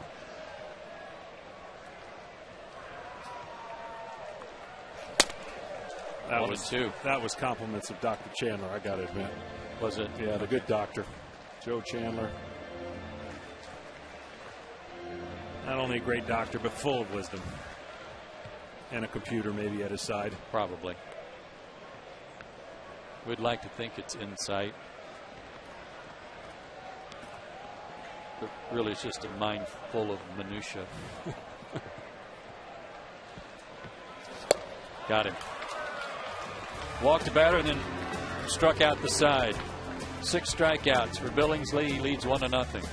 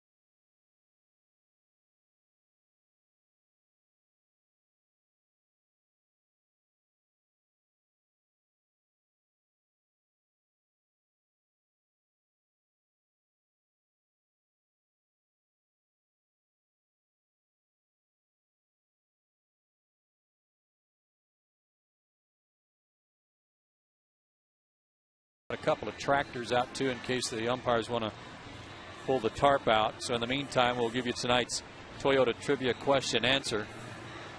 Visit your local Toyota dealer today. Toyota moving forward. We actually had 11 names, but I was corrected when I had Del Crandall. This question said 13 Atlanta Braves players. He played for the Milwaukee Braves, so we'll have to scratch Del. We got 10 of them, so we need 3 more. John Miserock, Johnny Oates, and Mike Jorgensen we did not have. Mike Jorgensen was a manager briefly for the Cardinals. Johnny Oates, late great Johnny Oates, did a great job for the Texas Rangers.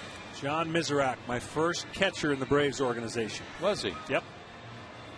So you got Russell, Miserock, 2 catchers. I had 6 of those guys still managing. How about that? Pretty good work. Good question. How many did you get? Me? No, I was just hypothetical, just kind of a asking the fans. I get it. TV talk. I get it. Yeah. Spreading a lot of diamond drying agent here. And the rain continues to fall. The infield looks like it's in pretty good shape. It hasn't rained hard. It's just rained consistently for the last inning.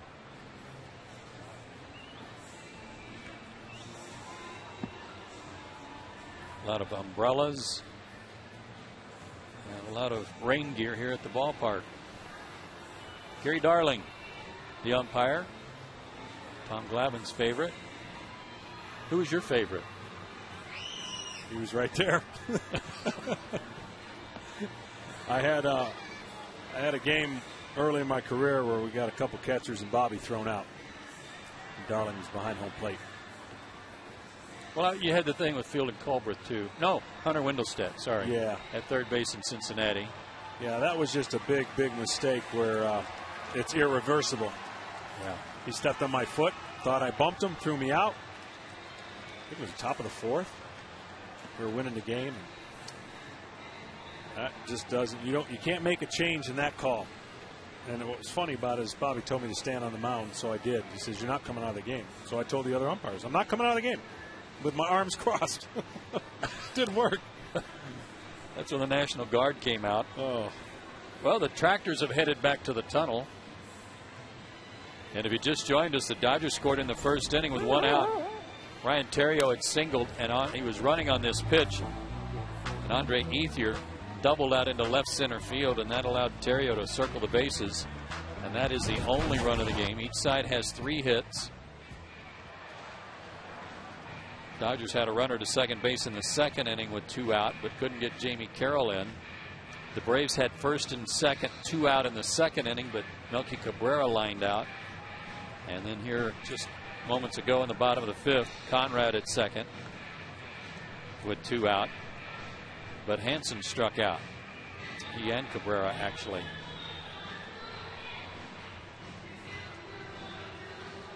So they continue to work on the mound and portions of the infield. Tommy Hansen waiting patiently to begin his warm-up. So while he does that, a reminder that platinum recording artist and country music sensation Montgomery Gentry will perform a free post-game concert at Turner Field, presented by Delta Airlines and Coca-Cola, following the Braves and Cardinals game on Saturday, September 11th. For tickets and on-field passes, visit Braves.com/ there's that slash again. Yeah. Braves.com/Montgomery Gentry, or you can call 1-800-745-3000. Love those guys. This is my town.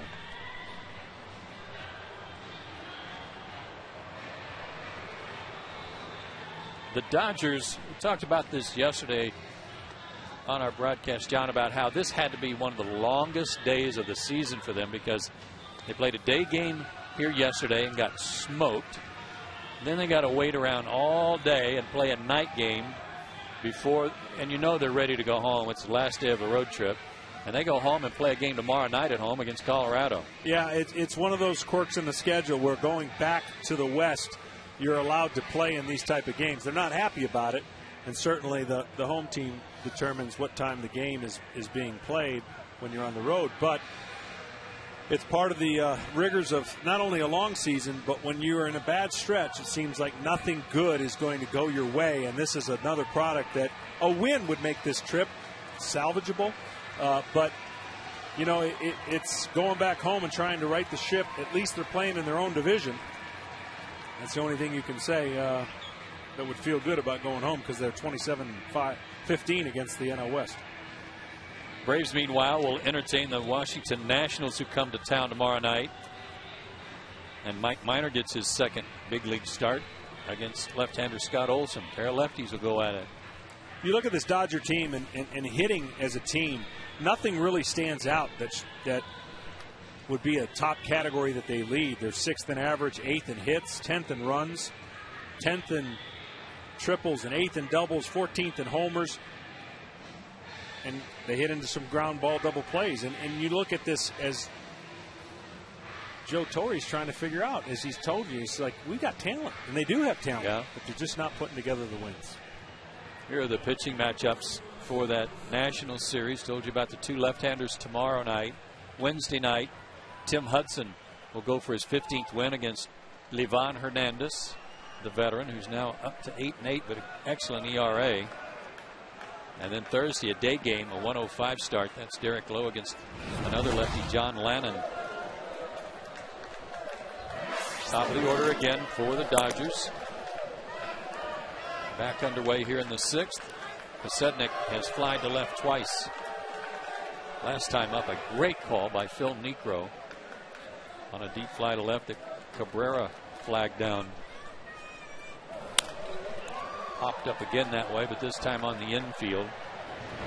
Just off the infield. Alex Gonzalez spikes the raindrops and makes the catch. It's always nice to get the first out after a little delay. Tommy Hansen's pouring in strikes, and he's catching up with those pitches that he had thrown in the first couple innings. He only has 78 now in the 6th inning, so he's in a good position as he's trying to keep fighting to get his team a chance to win this baseball game.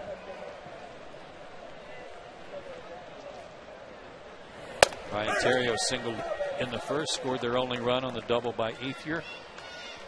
Line to center his last time up.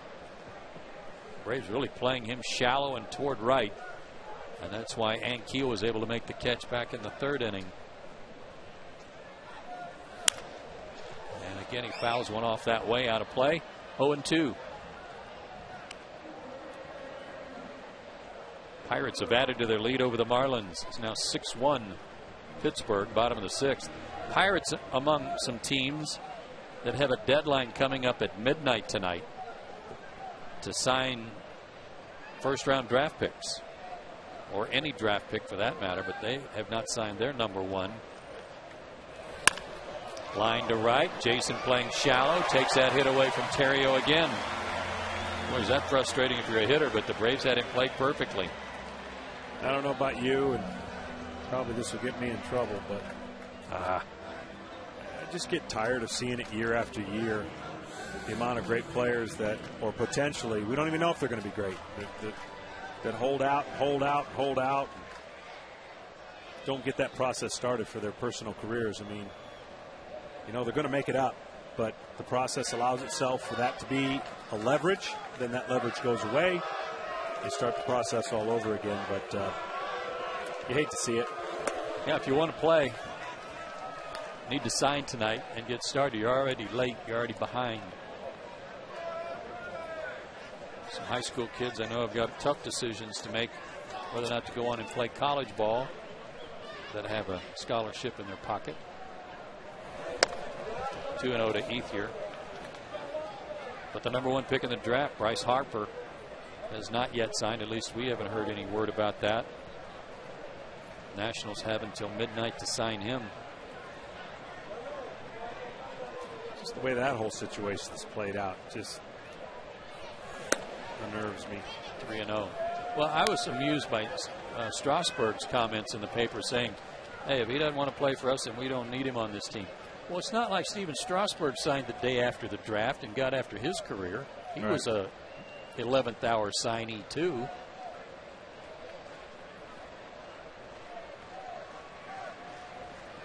Pitch. Jumped all over it, but pulled it foul. But didn't Bryce leave high school early, go to JUCO with the whole idea that this was going to be this plan all along? Right. He's 17 years old. He's already played a year of junior college ball and hit, I think it was 38 home runs. So if he doesn't sign, then what? Stays in JUCO? Junior college. Goes back into the draft. 3-1. Fouled out of play. Good fastball there. Full count.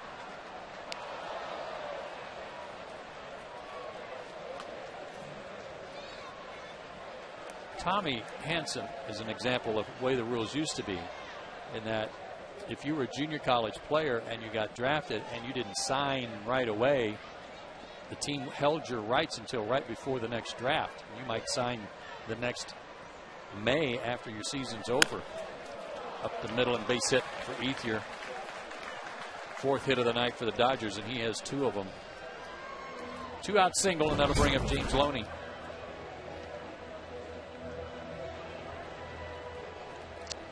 Hanging curveball. They rarely get hit like that if it's higher than high, but he stayed back with his hands back right up the middle.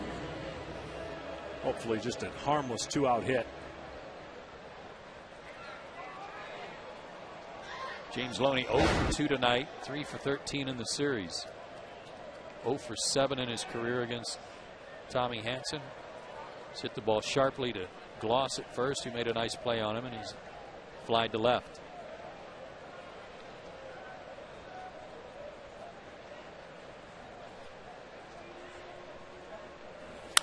Oh, and he rifles that one to deep right, but Jason Hayward had him played deep, and he's there for the catch. So the 2-out hit amounted to nothing. We go to the bottom of the 6th, top of the order due up for Atlanta.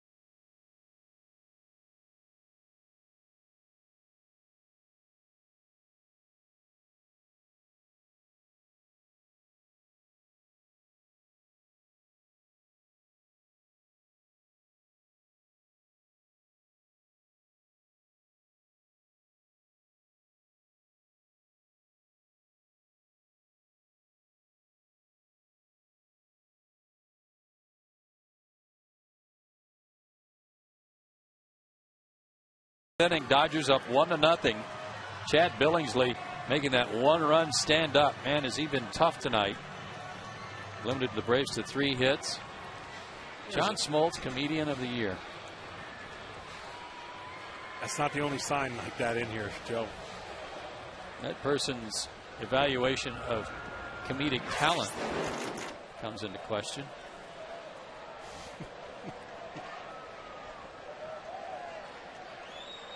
How long did it take you to make that sign? Omar Infante takes a strike. The hard part was doing it in that rain-proof stuff because you knew the precipitation was coming down. Wow, that just flows from my mouth. Omar's flied out and grounded out.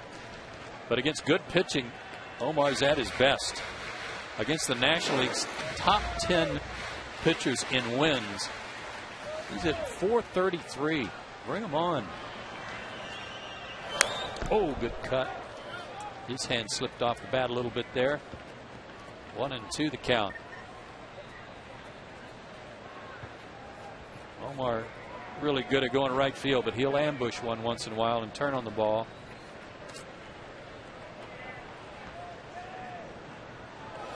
Breaking ball, and he fought that off.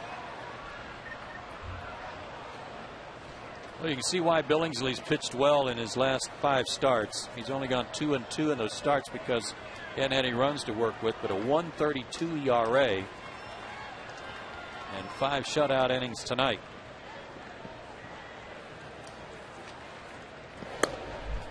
This is high.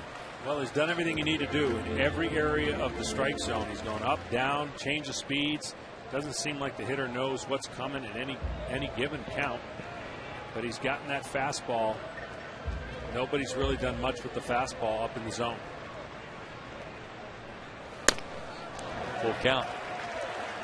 If you go back 5 starts, July 21st against the Giants, that's when this got started. A 9-inning complete game shutout, 5 hits against the Giants.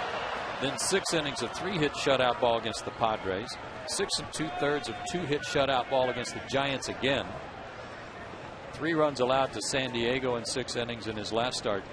He got shut out 2-0. Gave up 2 runs in 6 innings to Philadelphia. It's been hot. Payoff pitch. Back. Braves got a leadoff single from McCann in the 2nd. He made it to second base, but no farther. He had a leadoff walk from Conrad in the 5th. He stole second with 1 out and was left there as Cabrera and Hansen fan.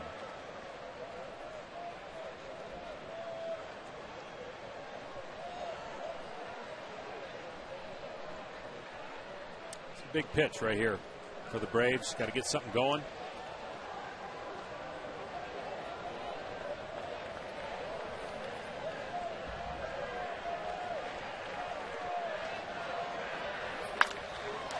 Like Billingsley slipped a little on that pitch, and was fortunate that it was only a foul ball.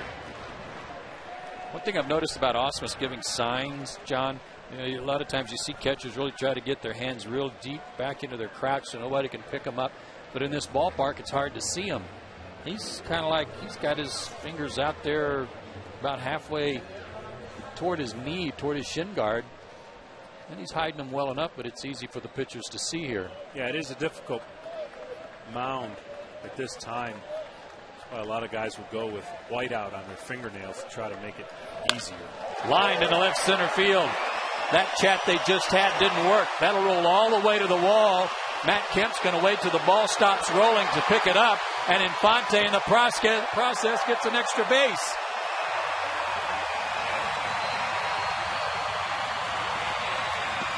When you've got the kind of speed and ability that Matt Kemp has, I think it's not a very good strategy to wait till the ball quits rolling to pick it up.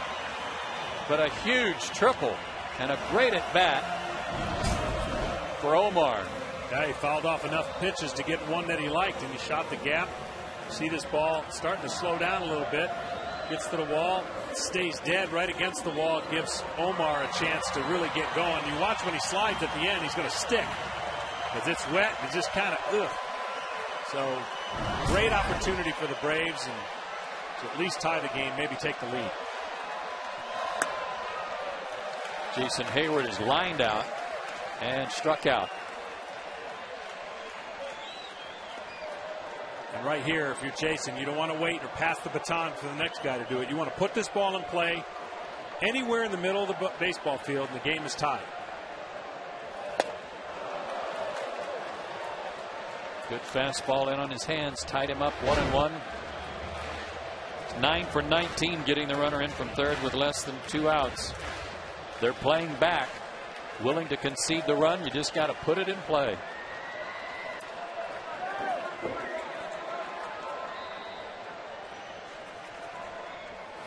And line to right. Ethier goes back at the wall, leaps, and made a sensational catch against the wall. Infante will tag and score, but Jason Hayward that close to hitting it out of here. What a play by Ethier. second time tonight he has robbed Jason. Well, we were talking about, as you watch this replay, from here it looked like it was going to be gone, but the ball is not carrying tonight. He makes a great play. I don't think it would have left the park, but he got back there in plenty of time and leaps, makes sure that he comes up with the ball, and all we've got is a tie game. Very, very easily could have been a runner on second in a tie game, but great play, as you mentioned, Joe. Just timed his leap perfectly. Ethier can do a lot of things well, but Jason Hayward's the guy that comes through to tie it after the triple. Strike called at Alex Gonzalez, who has struck out and hit a tapper in front of the plate. That statistic right there is why the Braves are in the position they've been in. That is at first place, because they have found ways past the sixth inning to score runs. And you're facing a lot of different pitchers from the sixth inning on. In most cases, teams are going in with matchups, righties and lefties. The Braves have found a way, and that's been it's been exciting to watch. You'd like to see it in a more consistent basis throughout the game, but nonetheless, they put themselves in positions to win some of those games. Bobby Cox has put himself in a position down at the far end of the dugout to try to change the luck, and it's worked this inning. He'll do what it takes.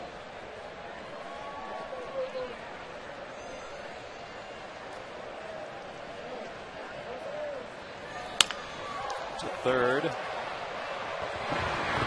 Blake throws out Gonzalez. 2 out. Brian McCann has 2 hits tonight. 2 of the Braves' 4 knocks. I know as the course of the season comes drawing near an end, you want to give Brian some days off when you got Ross there backing him up, but without Chipper in the lineup, it's going to be hard pressed for Bobby to give him many days off. So Brian's in there pretty much for the long haul as much as he can take, because they need his offense and they need it badly. Yeah, put your feet up, get some rest when the game's not going on, Brian. The 1-0. Breaking ball. He lays off 2-0. That's one of the great things about the Braves' depth, though, is having David Ross there to spell Brian when he needs a day off. And the Braves do have 2 lefties coming up for Washington tomorrow night and Thursday afternoon. To first. Loney will take it to the bag himself. That'll end the inning, but the Braves have tied it. Triple by Infante. Sacrifice fly by Hayward. And we go to the 7th.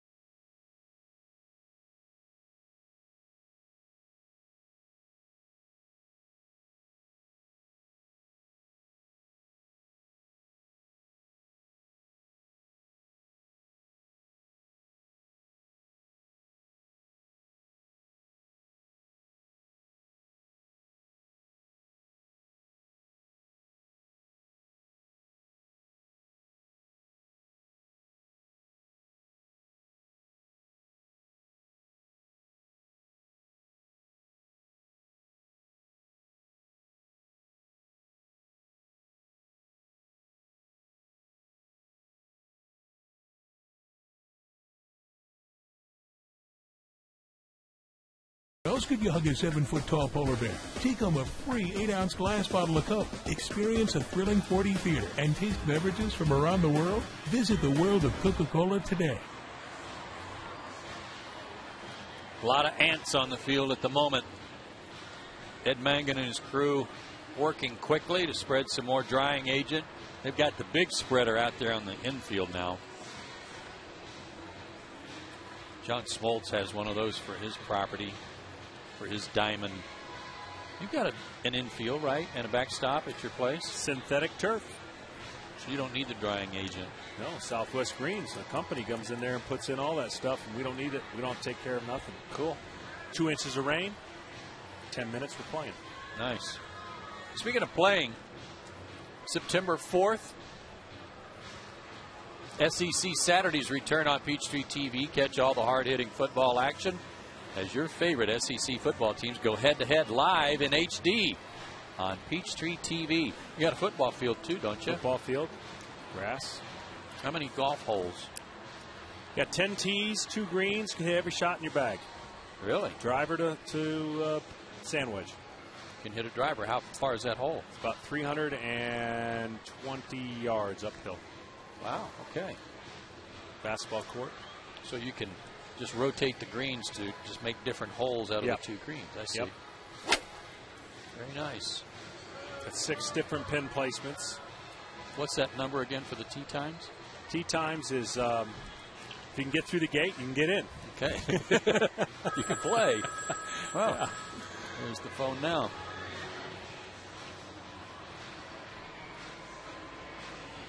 Well, I think Tommy Hansen in particular could have been a little more judicious in waiting until they told him they could go ahead and start warming up instead of having to stand there in the rain. Okay, lady, we get it.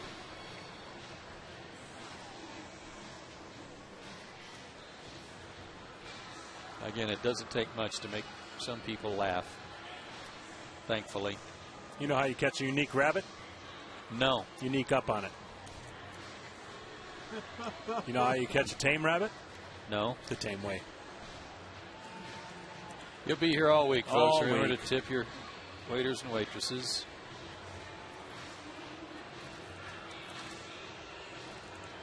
I'm just setting my timer here to make sure that I don't go home and watch this again to hear those. Oh, we've got a graphic, I think. Yeah. 2010 John Smoltz jokes average 4.5. That's about right. Hey, you know what they did look up? We were talking about second half. Do you back off a little bit this time of year in your work, what you do between starts? Your first half career ERA, okay, 3.32. Okay. Very good. Will you want to guess what your second half career ERA might be? That's a tough question. 3.32 the first half. I'm going to say it's real close to that. I'm going to say in the 3.3s. You're all over it. 3.34. I mean, just 2/100ths of a point difference. To me, to me, and pitching with the guys that I pitched with, there was never going to be an excuse that the second half should be any different than the first half. Matter of fact, you're more conditioned to be in the position to be successful. So, barring any injuries or pitching with some injuries, you always felt like you liked your chances better than the hitters down the stretch because you were in your groove. And today, it's all driven by numbers and theories that are coming from I don't know where. And unfortunately, the game's going to change because of it. When you were kids, and I use the term loosely, but I mean, your second or third year in the big leagues, I think was about the time Maddox joined the ball club, right? 93? Yeah, well, Glav started in 87, second half I started in 88, and then, we suffered those 3 straight years of some tough losing, and then once we started winning, Greg came on, and but we had no limitations at all. So you'd actually been in the big leagues longer than I thought, but I have a question about that I'll get to in a second. Is Casey Blake leads off the 7th. Good work by Ed Mangan and the crew. Top dressing the field, and the rain has let up just a bit. That's a good thing. We're tied at 1. And Casey Blake swings at the first pitch. Good breaking ball, 0-1. My question is that when Maddox came to the club, and Tom Glavine had already won a Cy Young Award in 91, you guys had established yourselves in your own right. Did you learn anything right away from him? And him with Greg coming into this ball club that had already been to some World Series, and that's one of the reasons he came here. He wanted to be on a winner. What did he do right away? Did he just try to fit in? Yeah, and he fit in real quick with the throwing program that we were doing. Everything he did was simple. And you know what it did? It just shared that load of nobody had to be the guy. Didn't have to rest on one guy being the stopper. And everyone pitched innings. We all pitched innings. And back then, to right center, but Ankiel had him played that way. And he'll make the catch, 1 out. Back then, there really wasn't specialists per se. I mean, there wasn't the 6th or 7th inning guy. It was pretty much get to the closer, maybe get to the setup guy. And for the most part of those years, you know, we're pitching 240, 250 innings every year. And people say, well, in my case, let's say, well, how do you explain your surgeries? My surgeries come from obviously throwing the ball a little bit harder, but really came from all those years of postseason. I wouldn't trade it for anything to go back. But 230 innings in the postseason alone is a whole nother season added on with less recovery time in between. And that contributes to what I believe has, you know, some of my arm issues. Breaking down a little bit. Matt Kemp tonight has flied out and walked. And when he walked, he was thrown out trying to steal in the 4th on a good throw by McCann. To third. Brooks gets a pretty good hop on that top breast infield. 2 down. But Maddox, everybody knows that Greg's his personality was not one of those dig me guys and hey, I've won Cy Young, so I'm the big shot here. He just came in to be part of the group. He did, and he had a lot of different theories that don't apply to a lot of people, but they worked for him. But one thing he did do is teach us how and what a hitter was looking for. His pitch recognition right away was off the charts. He didn't have to go to video to recognize. He knew it right on the mound. He knew the 2nd, 3rd, and 4th pitch he was going to throw. And when you sat next to him, you learned a lot because he could tell you what the hitter was going to do if this pitch was executed. And it was uncanny to see it. But the way he pitched and the way he could stay and see the hitter's reaction, his head was still, his mechanics were perfect. You know, I didn't have that luxury, and not a lot of pitchers do. And it was fun to learn those things from him, even though he threw different than I did. He really kind of similar to Glavine, but he had a unique way of going about it, and he was a great teammate that taught me a lot about getting hitters out. 1-1 to Jamie Carroll. 2 out in the inning. He's 1 for 2 tonight.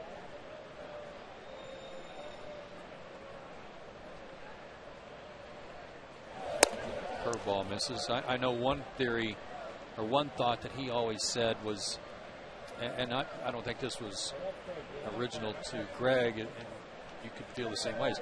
Sometimes you can learn a lot about how a hitter takes a pitch. Correct. And that was something I couldn't do. I had to ask the catcher, what did he do? Because I was focusing on throwing the pitch and didn't have the ability to maybe keep my head as still. I fell off a little bit to first base, and he was good at it, real good at it.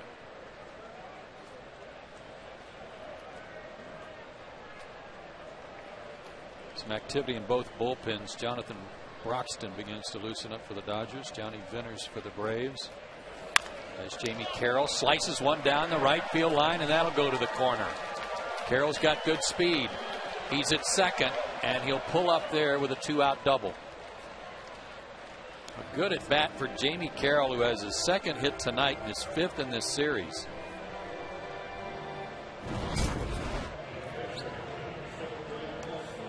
He goes with the pitch and just slices it down the first base line. And Jason made a nice play to catch up to this because it looked like when he first hit it, it might be a triple. Yeah. But he gets to the corner and cuts it off. And now Roger's going to talk what every pitching coach and manager will say in this situation is, how do you want to attack this guy?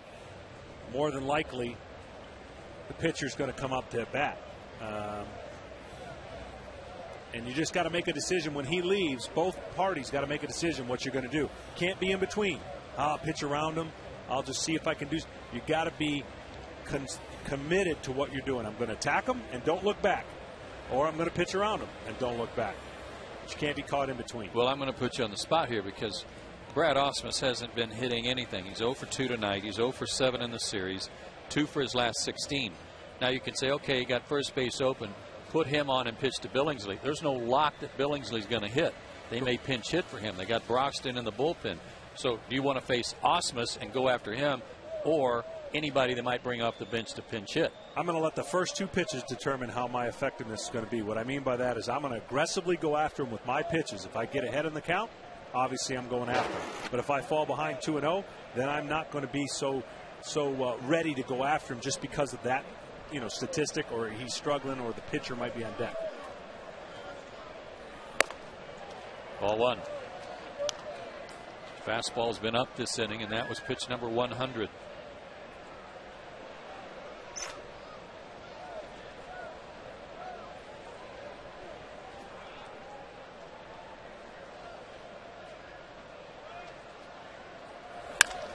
Down the right field line, slicing toward the corner. Foul ball. Woo! I don't know this for sure, but I'm going to go and say that the next pitch is going to be a slider or a curveball. That was too close for comfort. Cool. Had a little depth to it, too. That was a quick short hop to the wall. Those 2 pitches were up. He's got to get the ball down. Late in the game, you got to be more conscious, aware of what you're doing than anything else. The ball's got to be down. You're getting a little tired, and the ability to throw the ball up is easier later in the game. 1-1. Fastball. Did he? Yeah, he did. Pitch was a strike anyway. Called strike 1-2.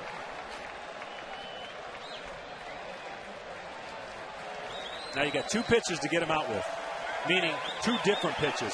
You can go to 2-2 just as easily and be effective. Get him to chase something that you want him to chase, and then have them, the Dodgers, make a decision next inning on whether Billingsley hits or not. Fastball again, fouled back. That one rode up and in on him a little bit, so you might have him set up or something away. But I know that's not where he wanted that fastball. No, he got away with it. Had enough velocity that Brad didn't get enough of the barrel on it. Let's see where McCann sets up.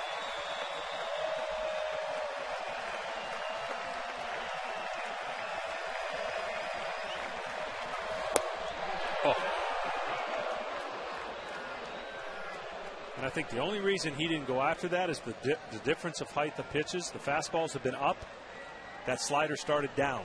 Great pitch, but not enough to get Brad in between on whether or not that looks like a strike or not.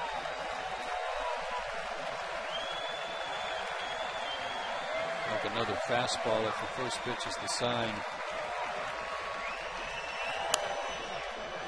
Slider.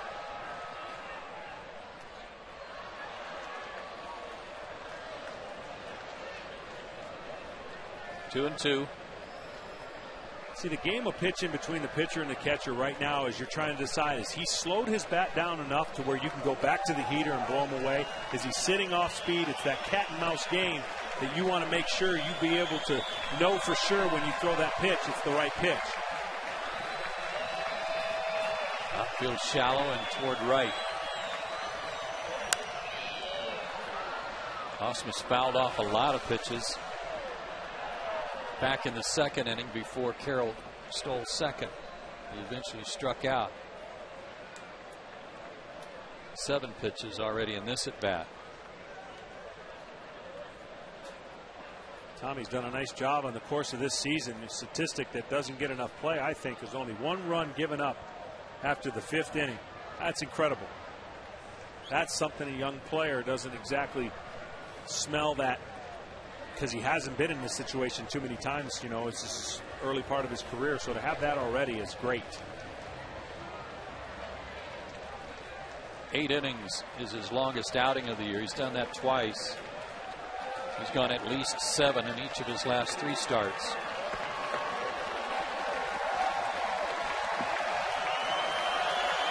So let's see what he and McCann talked about here.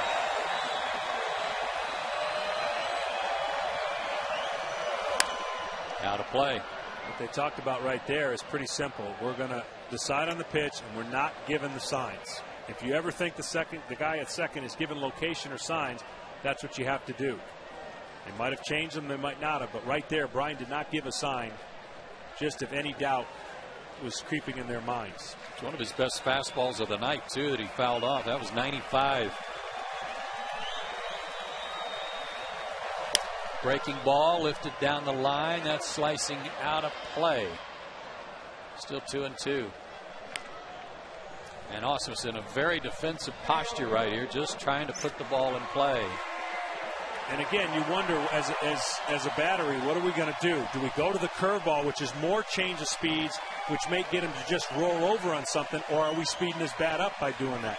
So those are the things right now that are tough, because he's up there in a defensive attack mode, meaning he's just trying to get the bat to the ball and spoil these pitches. Another 2-2. To right field. Jason was shallow. He gives ground. He's got it. And Tommy Hanson pitches around the 2-out double. A good battle put up by Brad Ausmus, but he's retired, and we go to the 7th inning stretch. Still tied at 1.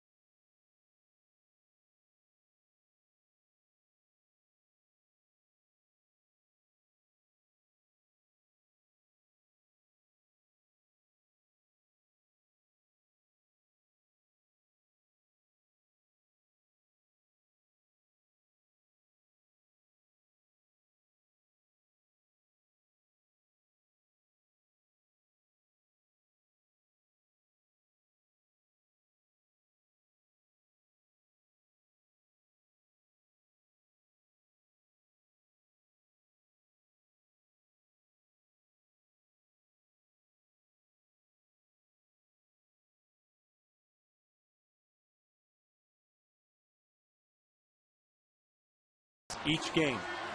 Well, no, they don't. The signs are basically given with indicators, and pretty much 95% of all the things that are going on don't mean a whole lot. They're trying to confuse the other team from stealing them.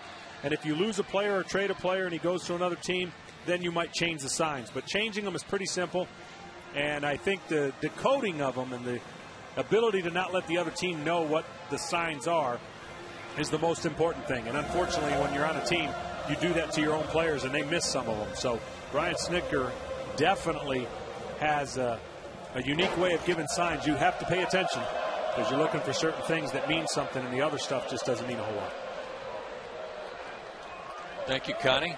That from Connie Smith out of Marietta. Appreciate the know-how question. Here's Troy Gloss. Takes a strike from Billingsley, who starts his 7th inning. Troy has flied out, hit into a 4-6-3 double play. Now, the signs from the catcher can be different for all pitchers, though. They're not uniform. Each pitcher might have his own set of signs that Brian has to remember and know the tendencies of each pitcher, which can get a little confusing. But there's no set signs for each pitcher as he goes out there, and you got to know the relievers as well. Now, Takashi Saito, for example, doesn't get finger signs. It's touches on the equipment. 0-2 to Troy. We're tied at 1. Braves tied it up in the bottom of the 6th. Triple by Infante and a sacrifice fly by Hayward. It could have been an extra base hit were it not for a great catch by Andre Ethier. Somewhere in the dugout, somebody has said, let's get a run for this kid and a great game that he's pitched. Reward him. Nobody's going to be trying harder than these guys up here because Tommy has been pitching great baseball and just seems to kind of fall up short. We follow up that statistic. 1 run after the 5th inning in 29 1/3 innings. That is great. That's amazing. And it does look like Tommy's night is over. It looked like he hit it up the tunnel. Oh, my. Troy didn't like that call. One of the first times tonight that Paul Immel's given that outside corner. It is the first time, and you can see he's saying that ball's off the plate, and I'm going to have to agree, being a pitcher. I know it's tough to see from the camera angle because that plate has got a lot of dirt on it, but it's one pitch he has not given. Osmus did a good job of helping him out there, but that looked a little wide. Brooks Conrad has struck out, walked, and stolen a base. And you know this is his part of the ball game, especially the 7th inning. He's been dynamite. All of his homers have come from the 7th inning on.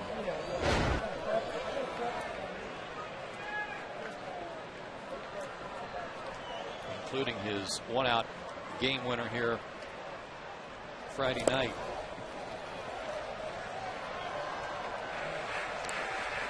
His 5 game-winning RBIs from the 7th inning on. 4th in the majors. And this is a guy that didn't play that much. Yeah. Or had until now.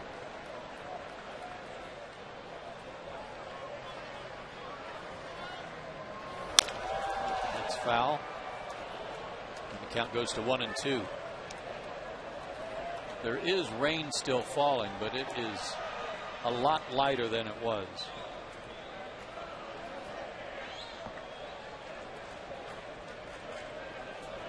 Octavio Dotel is now up in the bullpen for the Dodgers. As Brooks fights one off down the third base line, a thing of beauty. Around first, he's going to head for second. Pasednik's throw, late. A thing of beauty right off his thumbs.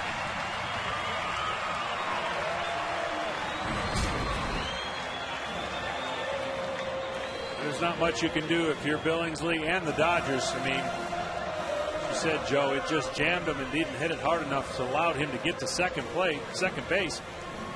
Sednick makes a nice play and attempt to throw him out at second. And he gives a nice little gear and good slide. Ninth double for Brooks. Go ahead run at second for Rick Ankiel, who's 1 for 2 tonight. Singled in the second, struck out in the 5th.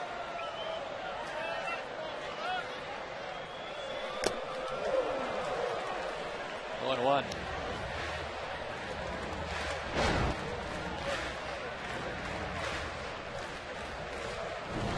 Watch Osmus here, John. There's that high target again. I don't know if that's that cutter you were talking about earlier. I thought that was a fastball. That was a fastball. But he does come up out of his crouch some. Backed it up with a good hook, 0-2. And that's the example I would say to any young pitcher that when you've got a good fastball and you're getting a strike call or a swing at a high fastball, the curveball is the most effective pitch you can throw next. If you're going to get him to swing at an off-speed pitch, that's the pitch. Because that pitch starts at the height of your fastball and drops a lot more than a slider does. And the opposite would be true if you get a low fastball that's called for a strike or swings at it. Follow it up with a slider. And Keel behind in the count, 0-2. And as he's done so many times tonight, Billingsley goes right in on the left-handed hitters. Ahead in the count, but Rick lays off that one.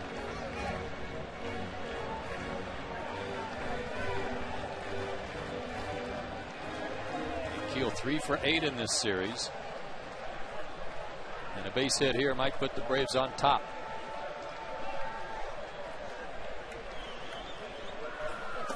And again down and in. I don't know for sure, but I'm kind of surprised. I mean, it looks like from where we are and on TV that he's had the same jersey. It's pretty rain-soaked. I would have thought that he would have got in there and got a new one or a drier one, but maybe he's a little superstitious, like what's on. I know Tommy looked like he had changed his. Looked drier and whiter. Yeah. 2-2 now the count. Up and in. Chased a bad ball there. 8th strikeout for Billingsley. Twice he's got Nankiel. Now, this is classic. I mean, you could keep throwing it all day, and if Rick chooses to swing, it's going to be tough to get on top of it. It looks awfully good. You're sitting at home going, why do hitters keep swinging at that? And, you know, I would say that's what looks really good to a hitter. You see it out of the pitcher's hand, so nice.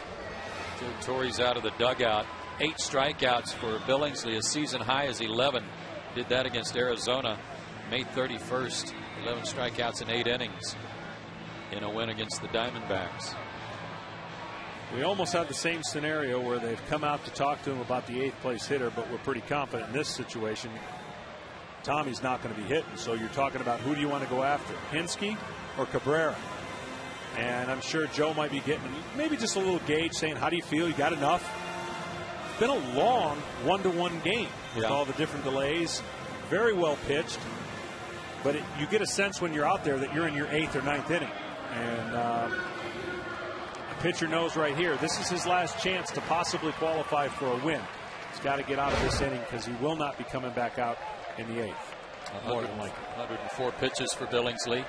Cabrera has lined out and he has struck out. He likes the first pitch. It lays off that hook.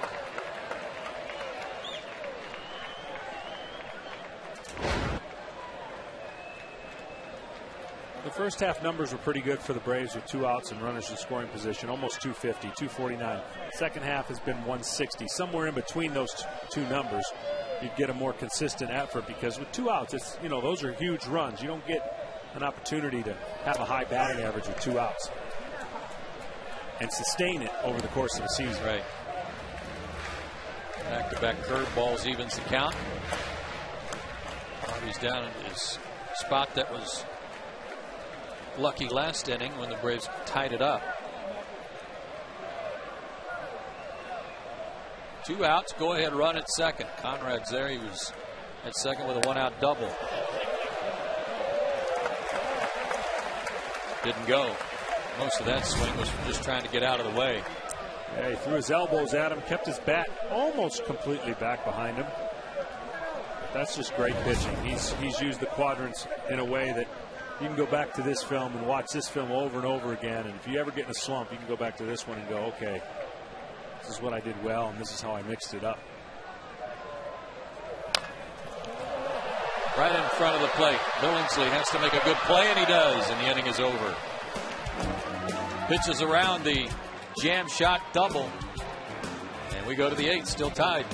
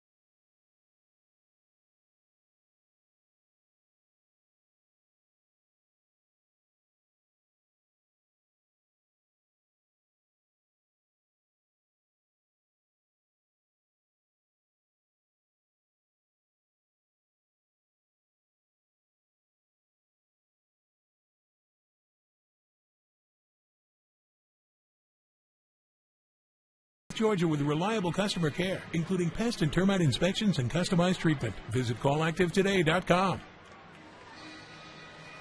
We go to the 8th inning, still tied at 1. Tommy Hanson did go back out and start warming up. The Dodgers are going to pinch hit for Chad Billingsley, but it's going to be a right-handed pinch hitter, Reed Johnson. So I'm not sure, John, you were speculating between innings if Bobby had any intentions of Hansen pitching this inning at all. And indeed he won't. Dodgers might have saw him go up the tunnel when he was done, and they're not buying it either as they sent a right-hander up there. So Reed Johnson will pinch hit. Braves make the call to the bullpen. It's brought to you by AT&T. Rethink possible. Johnny Venners on his way in.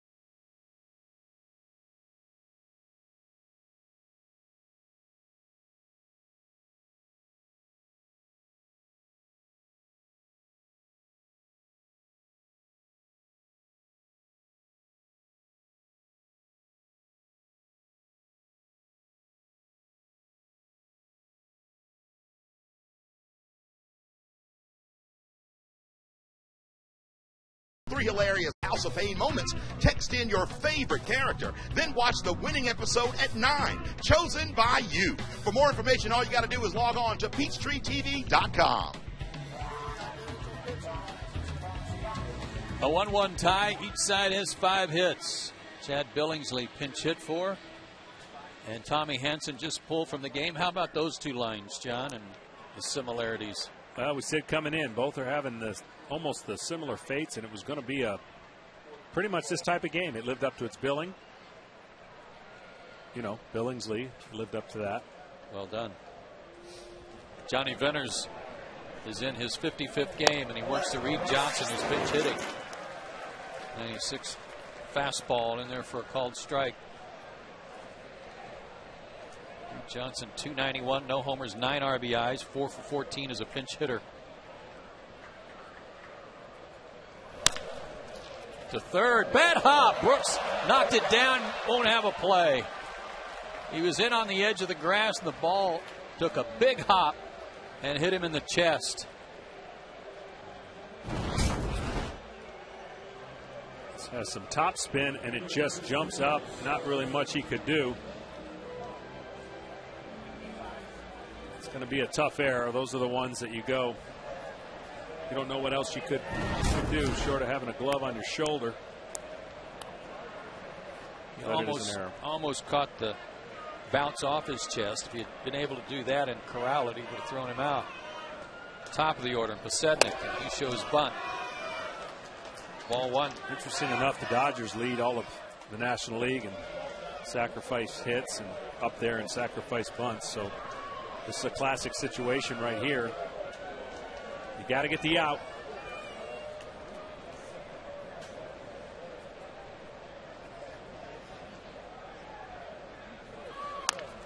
And drops a bunt down, but foul. Sednick, a good bunter ordinarily. Did face Venners a couple of nights ago when the Dodgers pulled out a 2-1 win, and they got the run off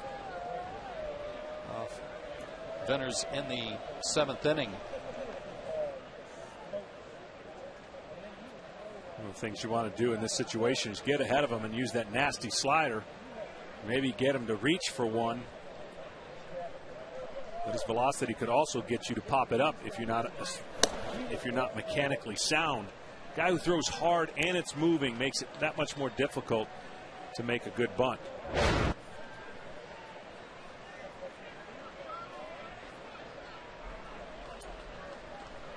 Sednick riding a 12-game hitting streak.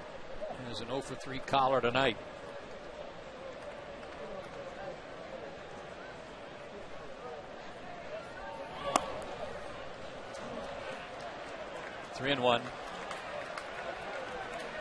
Now you run the risk, and know you got to throw it down the middle. You run the risk of him taking it off. And him swinging and possibly making a bigger inning out of it. You got to throw a strike. Yeah, they're trying to give you an out. 3-2. I'm not sure if Pasednik could have bunted that pitch anyway. Well, now you know the bunt's probably off, so make a great quality pitch here.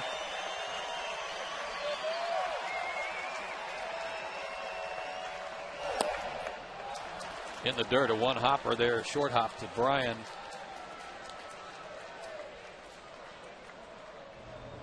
An error and a walk, and the Dodgers have him at first and second. Nobody out for Theriot, who has singled in the first and lined out twice since then. Once to center, once to right, when the Braves had him defensed perfectly. And if there's any guarantees in life, this is one that he'll be squaring around trying to bunt again.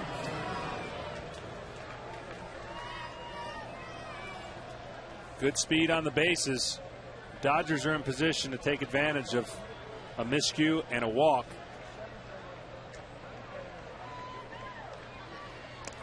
And he foul tips that one off of McCann.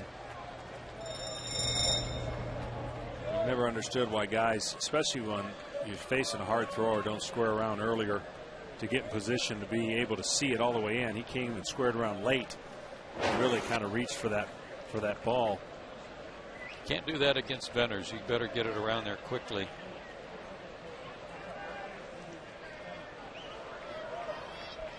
Good speed on the bases. Reed Johnson at second, and Pasednik can fly at first. Fouled it again, and he was late getting the bat out there. 0-2.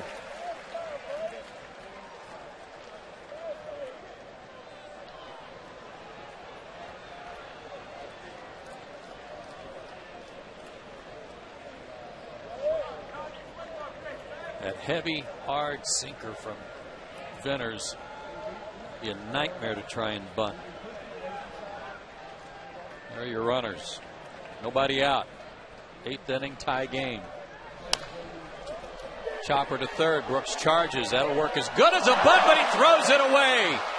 One run is in. Pasednik's going to be held at third. Now he's waved as the ball gets by Jason, and 2-run score.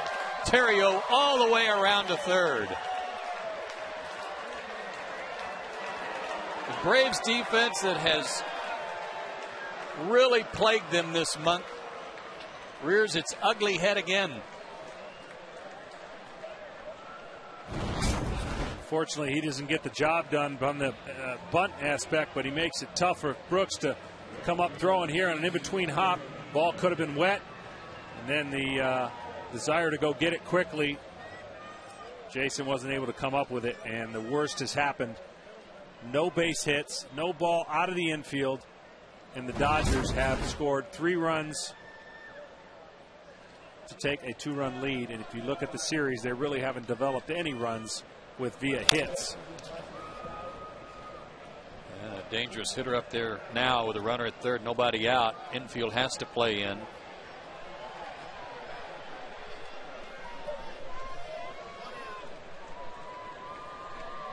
Only 1 error charged on the play. Jason had come running in hard down over there by the tarp to back up that play and just couldn't come up with it cleanly. 0-2 to Theriot. Or excuse me, to Ethier. With Theriot at third. Because he was so far in, he didn't have time to judge whether that was going to curve foul. It sure looked like it was going to, but you're charging. You got to make the play and get the out, and just couldn't make the throw on the run on target.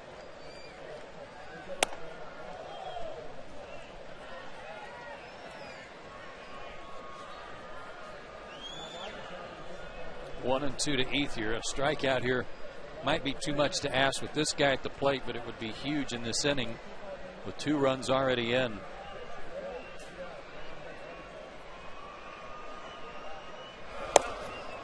Two and 2.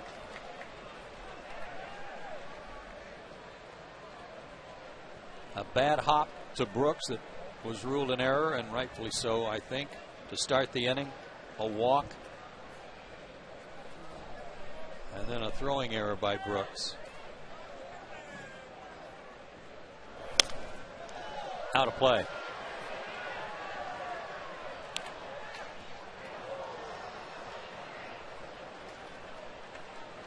Mets and Houston tied 1-1. They're in the 7th.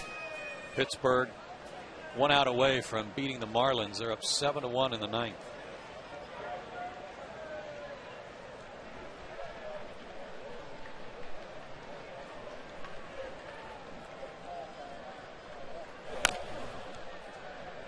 Good job there just to fight that one off.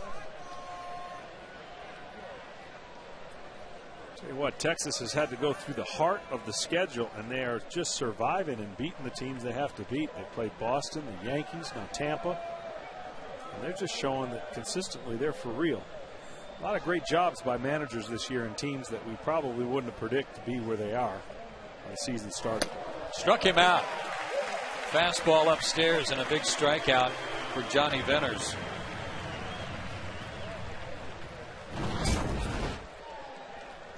Hard to stay off of all of them. He did a nice job fighting off a lot of pitches, but too much velocity. Too many things to look for when you're facing Johnny Venners.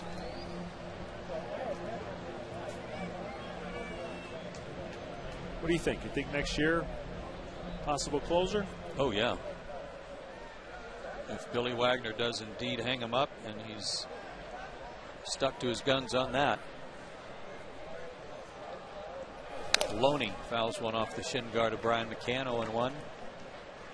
James Loney's 0 for 3. Yeah,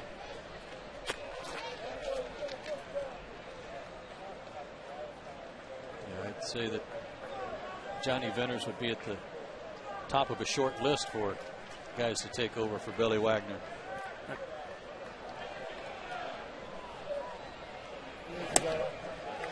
Oh, and 2. With his movement there, with his lower body, is that part of the reason maybe he's not hitting as many home runs? I'm talking about Loney, more of a line drive gap hitter. I've always wondered the way that approach lends itself to more gap type swings. He's not trying to hit the ball out of the ballpark. He does by accident on occasion, but his whole swing is geared toward gaps and line drives and consistency and high average.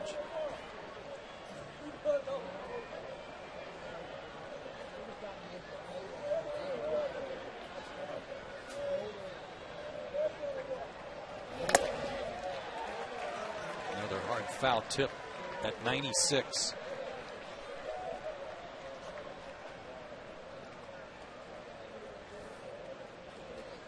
And again, the Dodgers have not done much in the way of hitting with runners in scoring position in this series. You see the smoke, that's from the Bring the Heat celebration out there in right center from Gas South after the strikeout of Ethier, and it's kind of lingering here.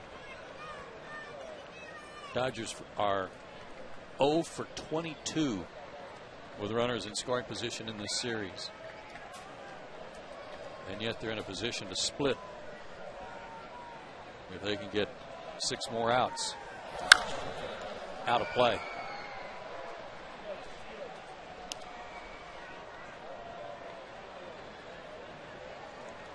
Just a horrible turn of events there for Venners after he got ahead of Terrio 0-2 when he couldn't get the bunt down, and then a swinging chopper that turned into a 2-run error.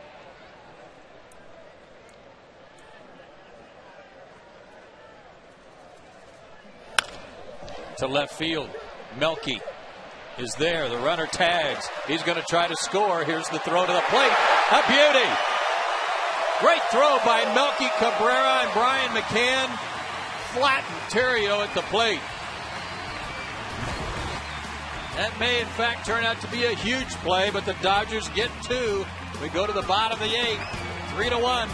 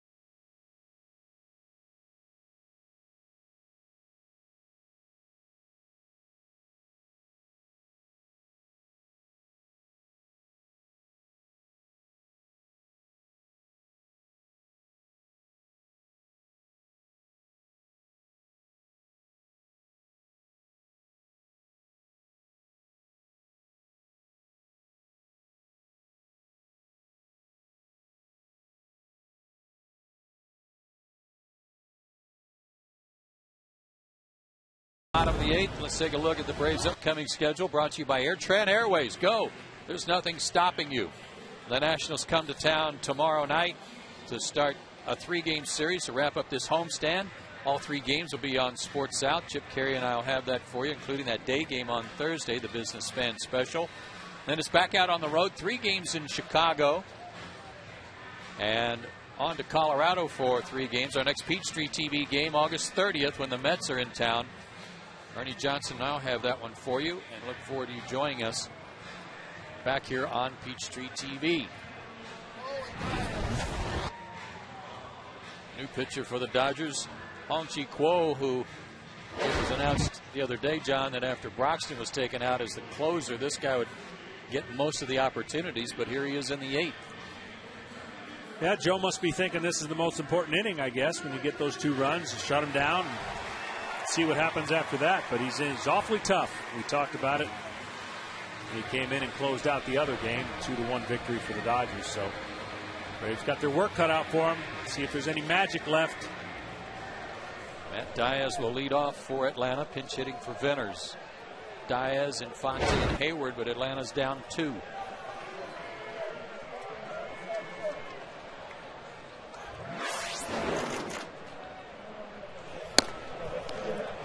Kuo throws hard. If you didn't see him pitch here a couple of nights ago, he's tough, especially on left-handers. Faced Diaz a couple of nights ago and struck him out, but Matt lifts a little pop out behind second. Terrio going out, he'll make the catch. Nice play.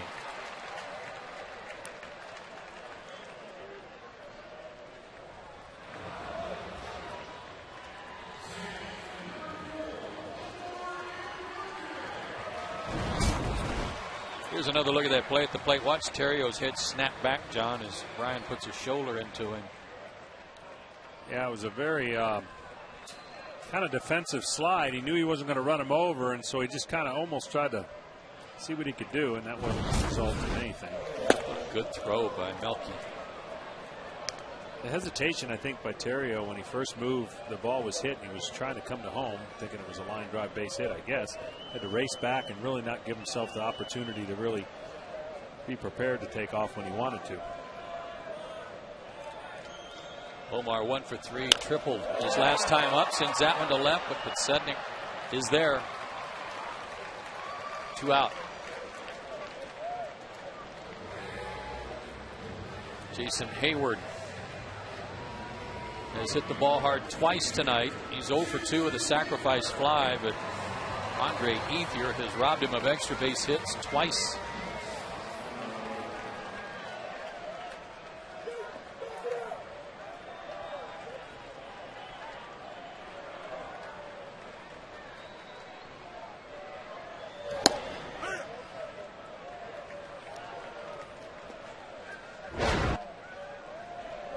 Jason's got his work cut out for him against this guy. Left-handers hit just about nothing against him.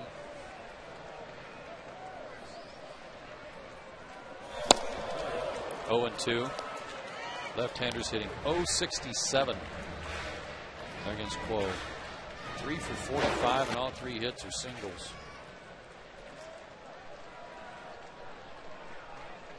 Must be very hard to pick up. Ball's on him and struck him out. The Braves are down in order in the 8th. We go to the 9th. Dodgers lead 3-1.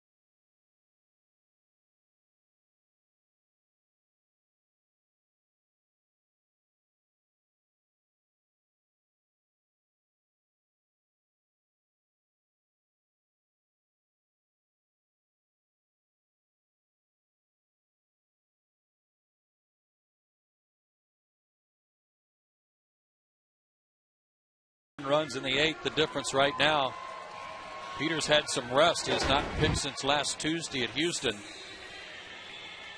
3-2 with a 3.06 ERA on the year, and he'll face Blake, Kemp, and Carroll for the Dodgers.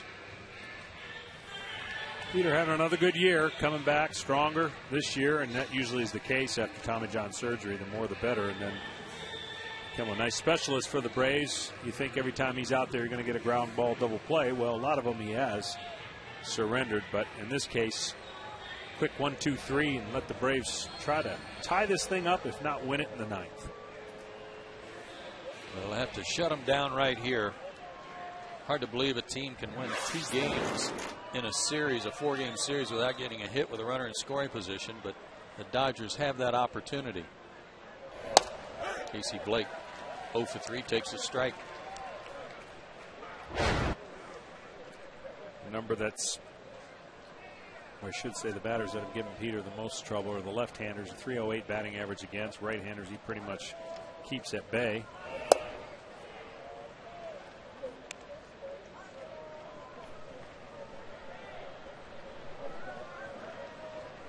Blake just 1 for 11 in the series.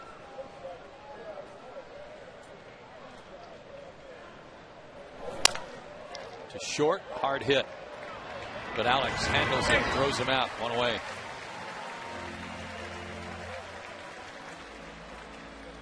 Last report we got on Martin Prado tonight at Gwinnett. He was 1 for 3 with a single.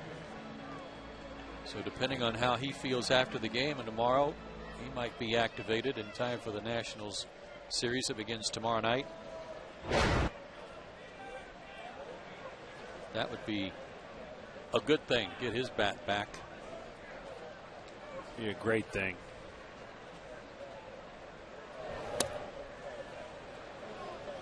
Braves yesterday 13 runs, 16 hits. Tonight they have 1 run on 5 hits.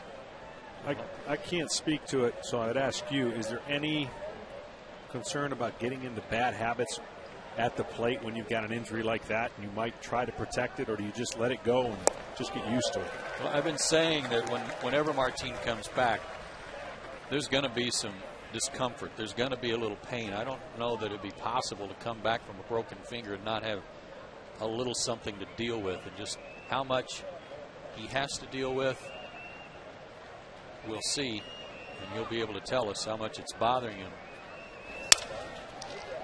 Up the middle, Infante throws out Kemp, 2 down. But the answer to your question is, you can get in bad habits trying to protect it by trying to be a little too defensive and not be willing to throw that top hand at the bat quite as often. But for Martin, the one thing that he said all along was, I don't want to change anything about my mechanics when I come back.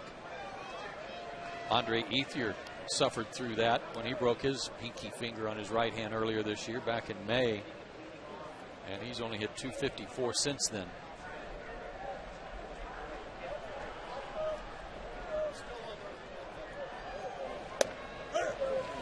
Jamie Carroll has had a good night, a single and a double and a stolen base, 2 for 3. Scoring change last inning. When Reed Johnson led off the inning, he hit that bad hop that went off the chest of Brooks Conrad. It was ruled an error. They've changed it to a hit. This one to second again, and Omar with a good play, and 1, 2, 3 go the Dodgers. Gonzalez, McCann, and Gloss due up for Atlanta, the heart of the order. Atlanta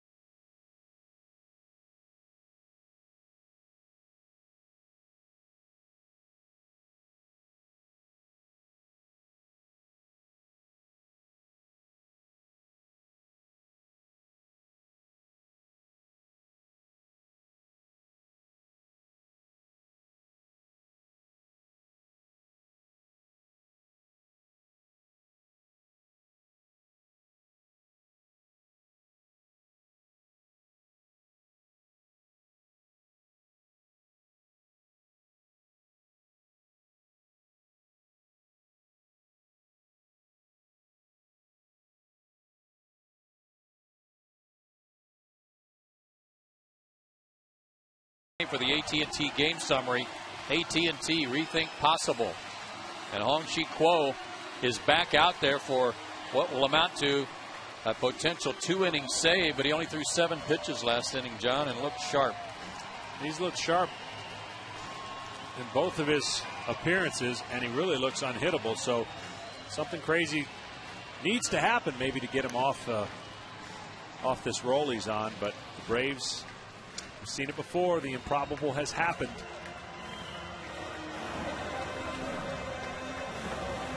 How about another last at bat walk-off win? Alex is 0 for 3, is struck out, grounded out twice. Need a base runner to bring the potential tying run to the plate.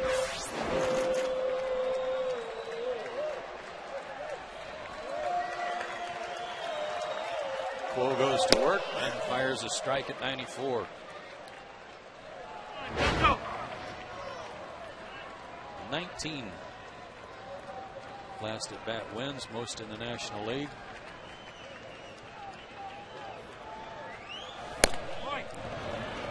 One and one. He has pitched 2 innings 3 times this year, so it's not totally foreign to him. He's battled arm troubles and surgeries, 7 of them on his arm. 2 and 1. He's from Taiwan. Come on, big guy.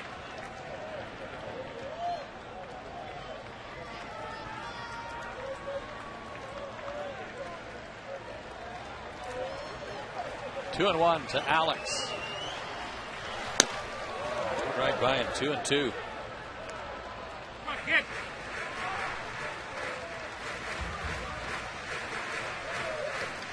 Kuo looks solid. He is 6'2", 240.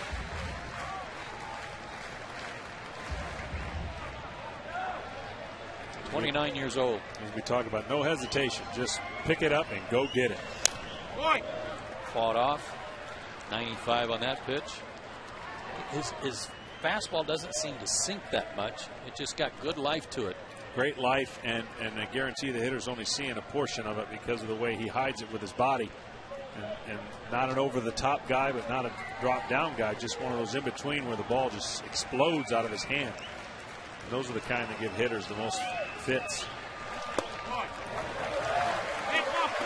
Tried to back that one up over the inside corner and missed. Full count. The other night we saw him to get the full count a few times. It didn't bother him. He made great pitches every time he got the full count. If he can slip up here and throw ball 4 and create a rally for the Braves. That would be nice. McCann up there. Good swing by Alex to stay alive. Down.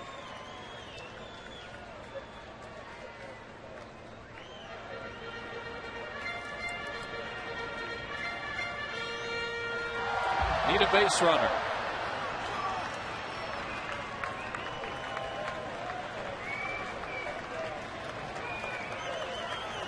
Braves looking to go 10 and 5 in August if they can rally. Off the thumbs, out behind short. That's going to drop, base hit.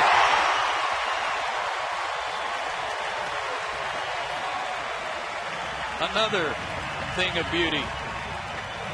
Well, this right here is just a great pitcher's pitch. Gets it in, 3-2, paints inside, and all Gonzo can do is fight it off, and he fought it off in the right spot. Put the tying run at home plate. Last left-handed hitter to hit a home run off this guy was Kelly Johnson, August of '09. While with Atlanta, you know, Brian can hit a fastball. Struck out against him 2 days ago. Oh, a late call on that slider for strike. I did tell Hal before the game that this game was going to go into extra innings. I hope to be wrong in the fact that we win it here. I'd love to see a little rally mounted. We got a break there on that call. 0-1. Osmus set up outside. Look like they're going to try to keep the ball away from Bryan. I'm a little surprised they're holding the runner on in this situation. Me too. But Me too. maybe the chances of McCann pulling forward not as great and being left-handed. It looked like Bryan was thinking about going the other way all along there with an inside-out swing 0-2. And if that's the case, not much of a recognition from the left side of the Dodger infield, who's playing him well off the line. Casey Blake way off the line, and Carroll up the middle. You're going to pitch him away, you better play him away. 0-2. 1-2. I'm sure Joe Torre's thinking if we can get a ground ball, it's going to be a double play. They may be holding him on to keep the runner close to prevent him from just taking off to go to second. But now if you're Poe, you're getting 3 outs. You don't really, I mean, you don't want to give up a run, which I don't care if they score 1. Through the hole, base hit. Gonzalez takes a look, but he'll hold at second as Ethier gets it back in. And only the 4th hit all year by a left-handed hitter off Hong Chi Kuo. Brian McCann on a 1-2 count pulled it through the hole where Loney was holding the runner. A little bit surprised by the pitch selection here. He has such a great slider. He goes down with the fastball. And to what we were saying with the first baseman holding on, it's a big hole over there. Braves have action. Troy. And Brandon Hicks will come in and run for McCann, representing the tying run. First and second, nobody out for Troy Gloss. 0 for 3 tonight. If you're Troy, you got to concentrate extra hard to try to get a little lift to this. Any pitch you can see, try to keep it off the ground. Somehow get the runners at second and third. Strike call at the knees, 0-1.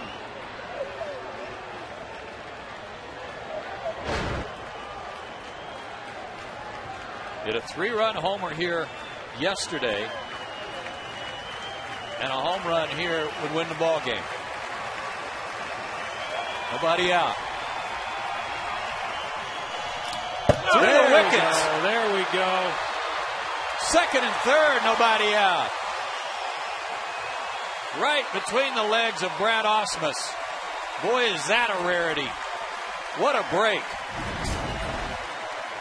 This ball just gets in the dirt, skips, does not bounce. It skips, and he's expecting it to come up, and the velocity was already by him. And he reacted like what happened. He thought he had it, and then I don't think he went after the ball hard enough because he could have had a shot at third base. Yeah, he didn't react right away. Almost like, okay, well, it's through me and don't have a play. But wild pitch, tying runs in scoring position. All right, Troy, somehow, some way hit a ground ball to the right side. Might go through, but get run in, the man on third. He tried. Yeah, he did. How to play, 1-2. I saw him do that a lot in batting practice tonight. He had one of his rounds at BP where he was always doing was shooting that ball to right field, hitting it hard too. Well, now kind of all bets are off, because if you throw a hard slider, that's going to be almost impossible to hit that way. And that, if I'm the Dodgers, that's what I'm trying to do. Throw something down at his feet, get him to strike out, keep those runners at second and third. 1-2. Good swing, and he had a good pitch to hit. He just missed it. Tried to go in with this fastball. Great fastball, good location. Troy just gets enough of it, fouls it off. There's no action in the Dodgers bullpen, so this is his. And he's up to 23 pitches, counting the 7 last inning. Shorten it up, put it in play. Another 1-2 pitch. In the air, out behind first. Loney on the run, and he's got it. Gonzalez tags, but no chance to advance. Nice play by James Loney. He went a long way for that one.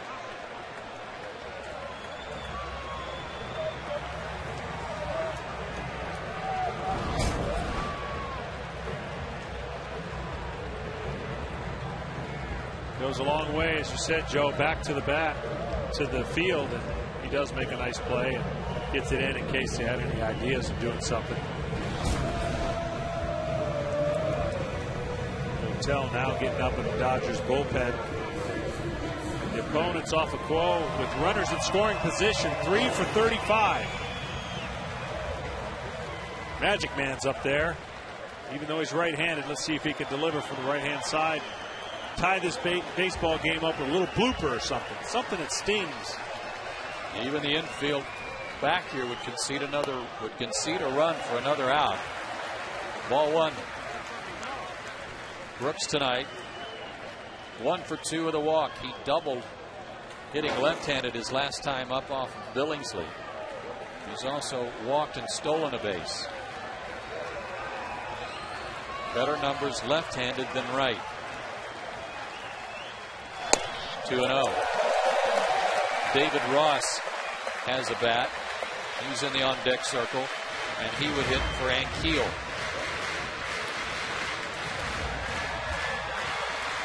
Dodgers outfield straight away for Conrad, and not very deep. A good arm in center in Kemp, a very good arm in right in Ethier. Pasednik, average in left.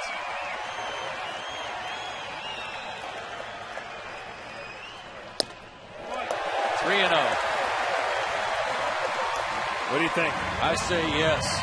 Against a guy this tough, I know Brooks represents the go-ahead run, and you'd like to get him on base, but shrink that strike zone and let it go. Gonzalez at third, Hicks at second. 3-0. Ball 4. Didn't matter. That wasn't even close. Bases are loaded and 1 out for David Ross. I think they got to go get Dotel if he's ready. Well, if that's the case, the Braves have some counter measures for that, including Eric Hinsky.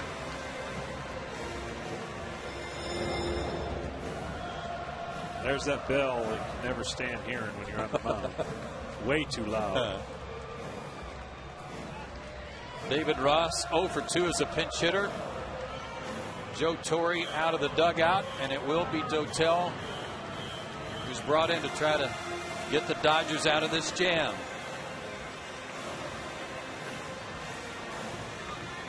Braves have the tying and winning runs aboard. The Dodgers make the call to the bullpen. It's brought to you by AT&T. Rethink possible.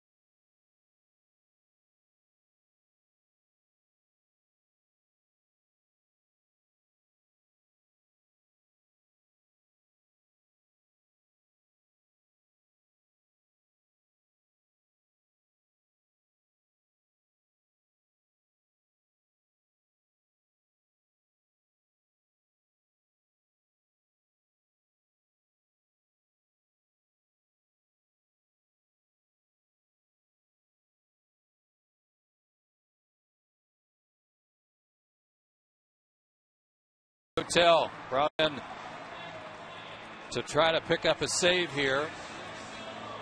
The Braves down 2 runs, have the bases loaded and 1 out. Combined numbers between the Pirates and the Dodgers. And he had 21 saves for Pittsburgh. He's got a very, very heavy fastball. He comes at you. It looks like it's going to be right there, and he throws it with a cutter and a little bit of a slurve. So David Ross is a pretty good fastball hitter, and it's going to be the cat and mouse game of what comes first. Is it the slider out of the gate, or does he challenge him trying to get ahead? And then David trying to guess that way, either side of it. Now, remember, before we went to break, I was talking about how the Braves had a counter for Dotel and Hinsky. But with Brian McCann having been pinch run for, if the Braves do tie it up and you pinch hit for Ross, you got nobody to catch. So David Ross has to hit for himself here against Dotel. He's 0 for 1 in his career against him. But he has been hot. Last 7 games, he's 8 for 18 with a homer.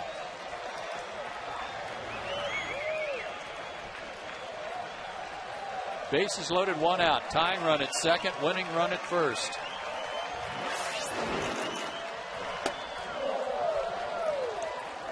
Oh, 1. A little late on that swing. That's what happens when you get a good Dotel fastball. You think you're on it, the ball sails away from the right-hander, and he went right after him. David was thinking along with him, trying to get that first pitch fastball.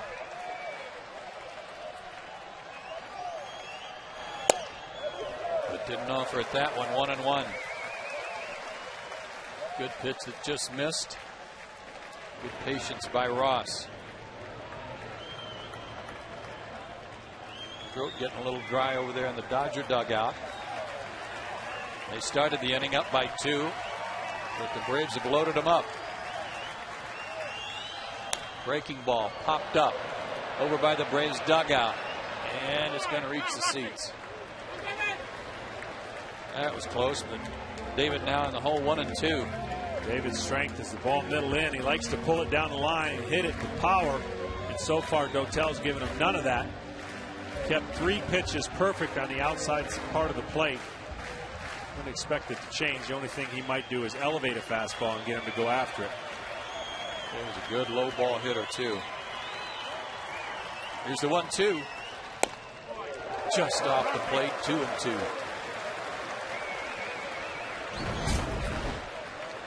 Again, he goes outside. He didn't bite for it. A great opportunity as the pitcher right now. 2-2. You still have the advantage, but you don't want to go 3-2 with the bases loaded.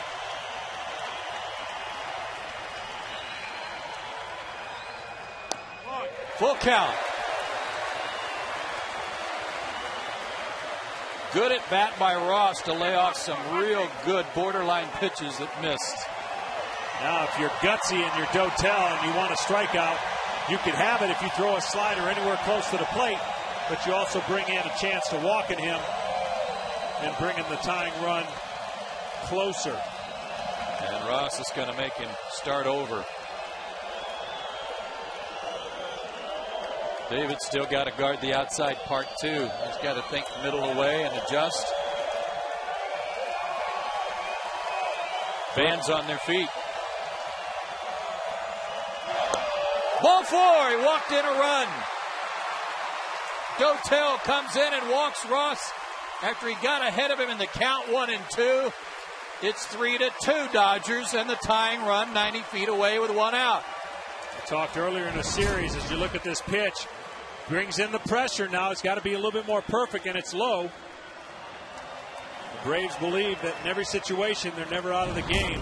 The Dodgers have one of the worst inherited runners as a bullpen in baseball, and it's already come to bite them here in the ninth. Fly ball, anything outside of the infield ties this game up.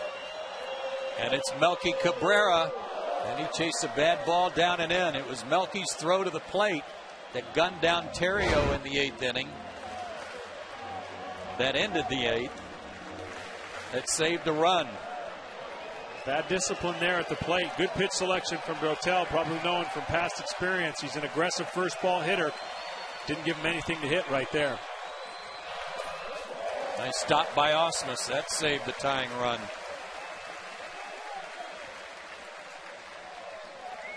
I know David doesn't run extremely well at first, but the bigger leads you can get, the more you can bear down on the second or shortstop if they do happen to try to turn two. With the first baseman playing off the bag, you got a chance to keep your team in this game and tie it up if he hits it on the ground. Nowhere near. 2-1.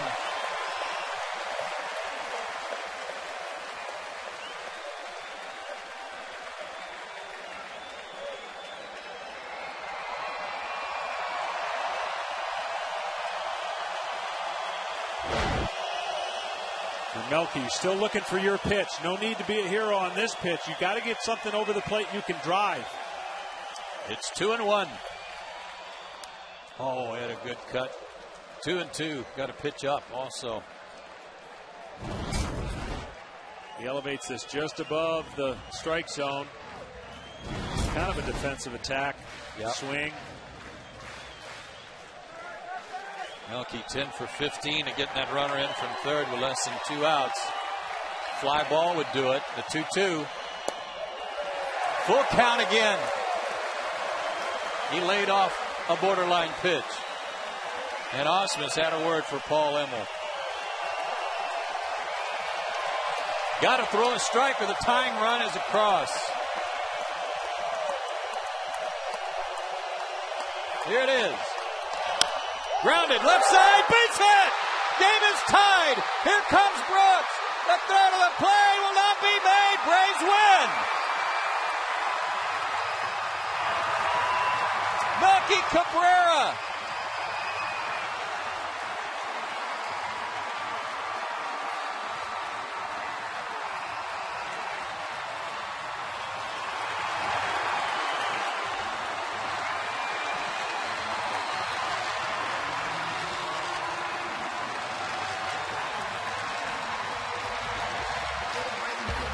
The 20th win in their last at bat. This is just unbelievable. He hits it the other way. Shortstop's kind of leaning up second to try and turn a double play. And unfortunately for the Dodgers, their long day just got longer. And the Braves' magic at home is just unbelievable. If you're a Philadelphia Phillies fan, going to wake up, see what happened here, you're going to be a little discouraged. Braves fans are going to be excited to see this game went in the books in a win column. A huge win after the Braves gave them 2 runs in the 8th. They get 3 in the 9th to win it.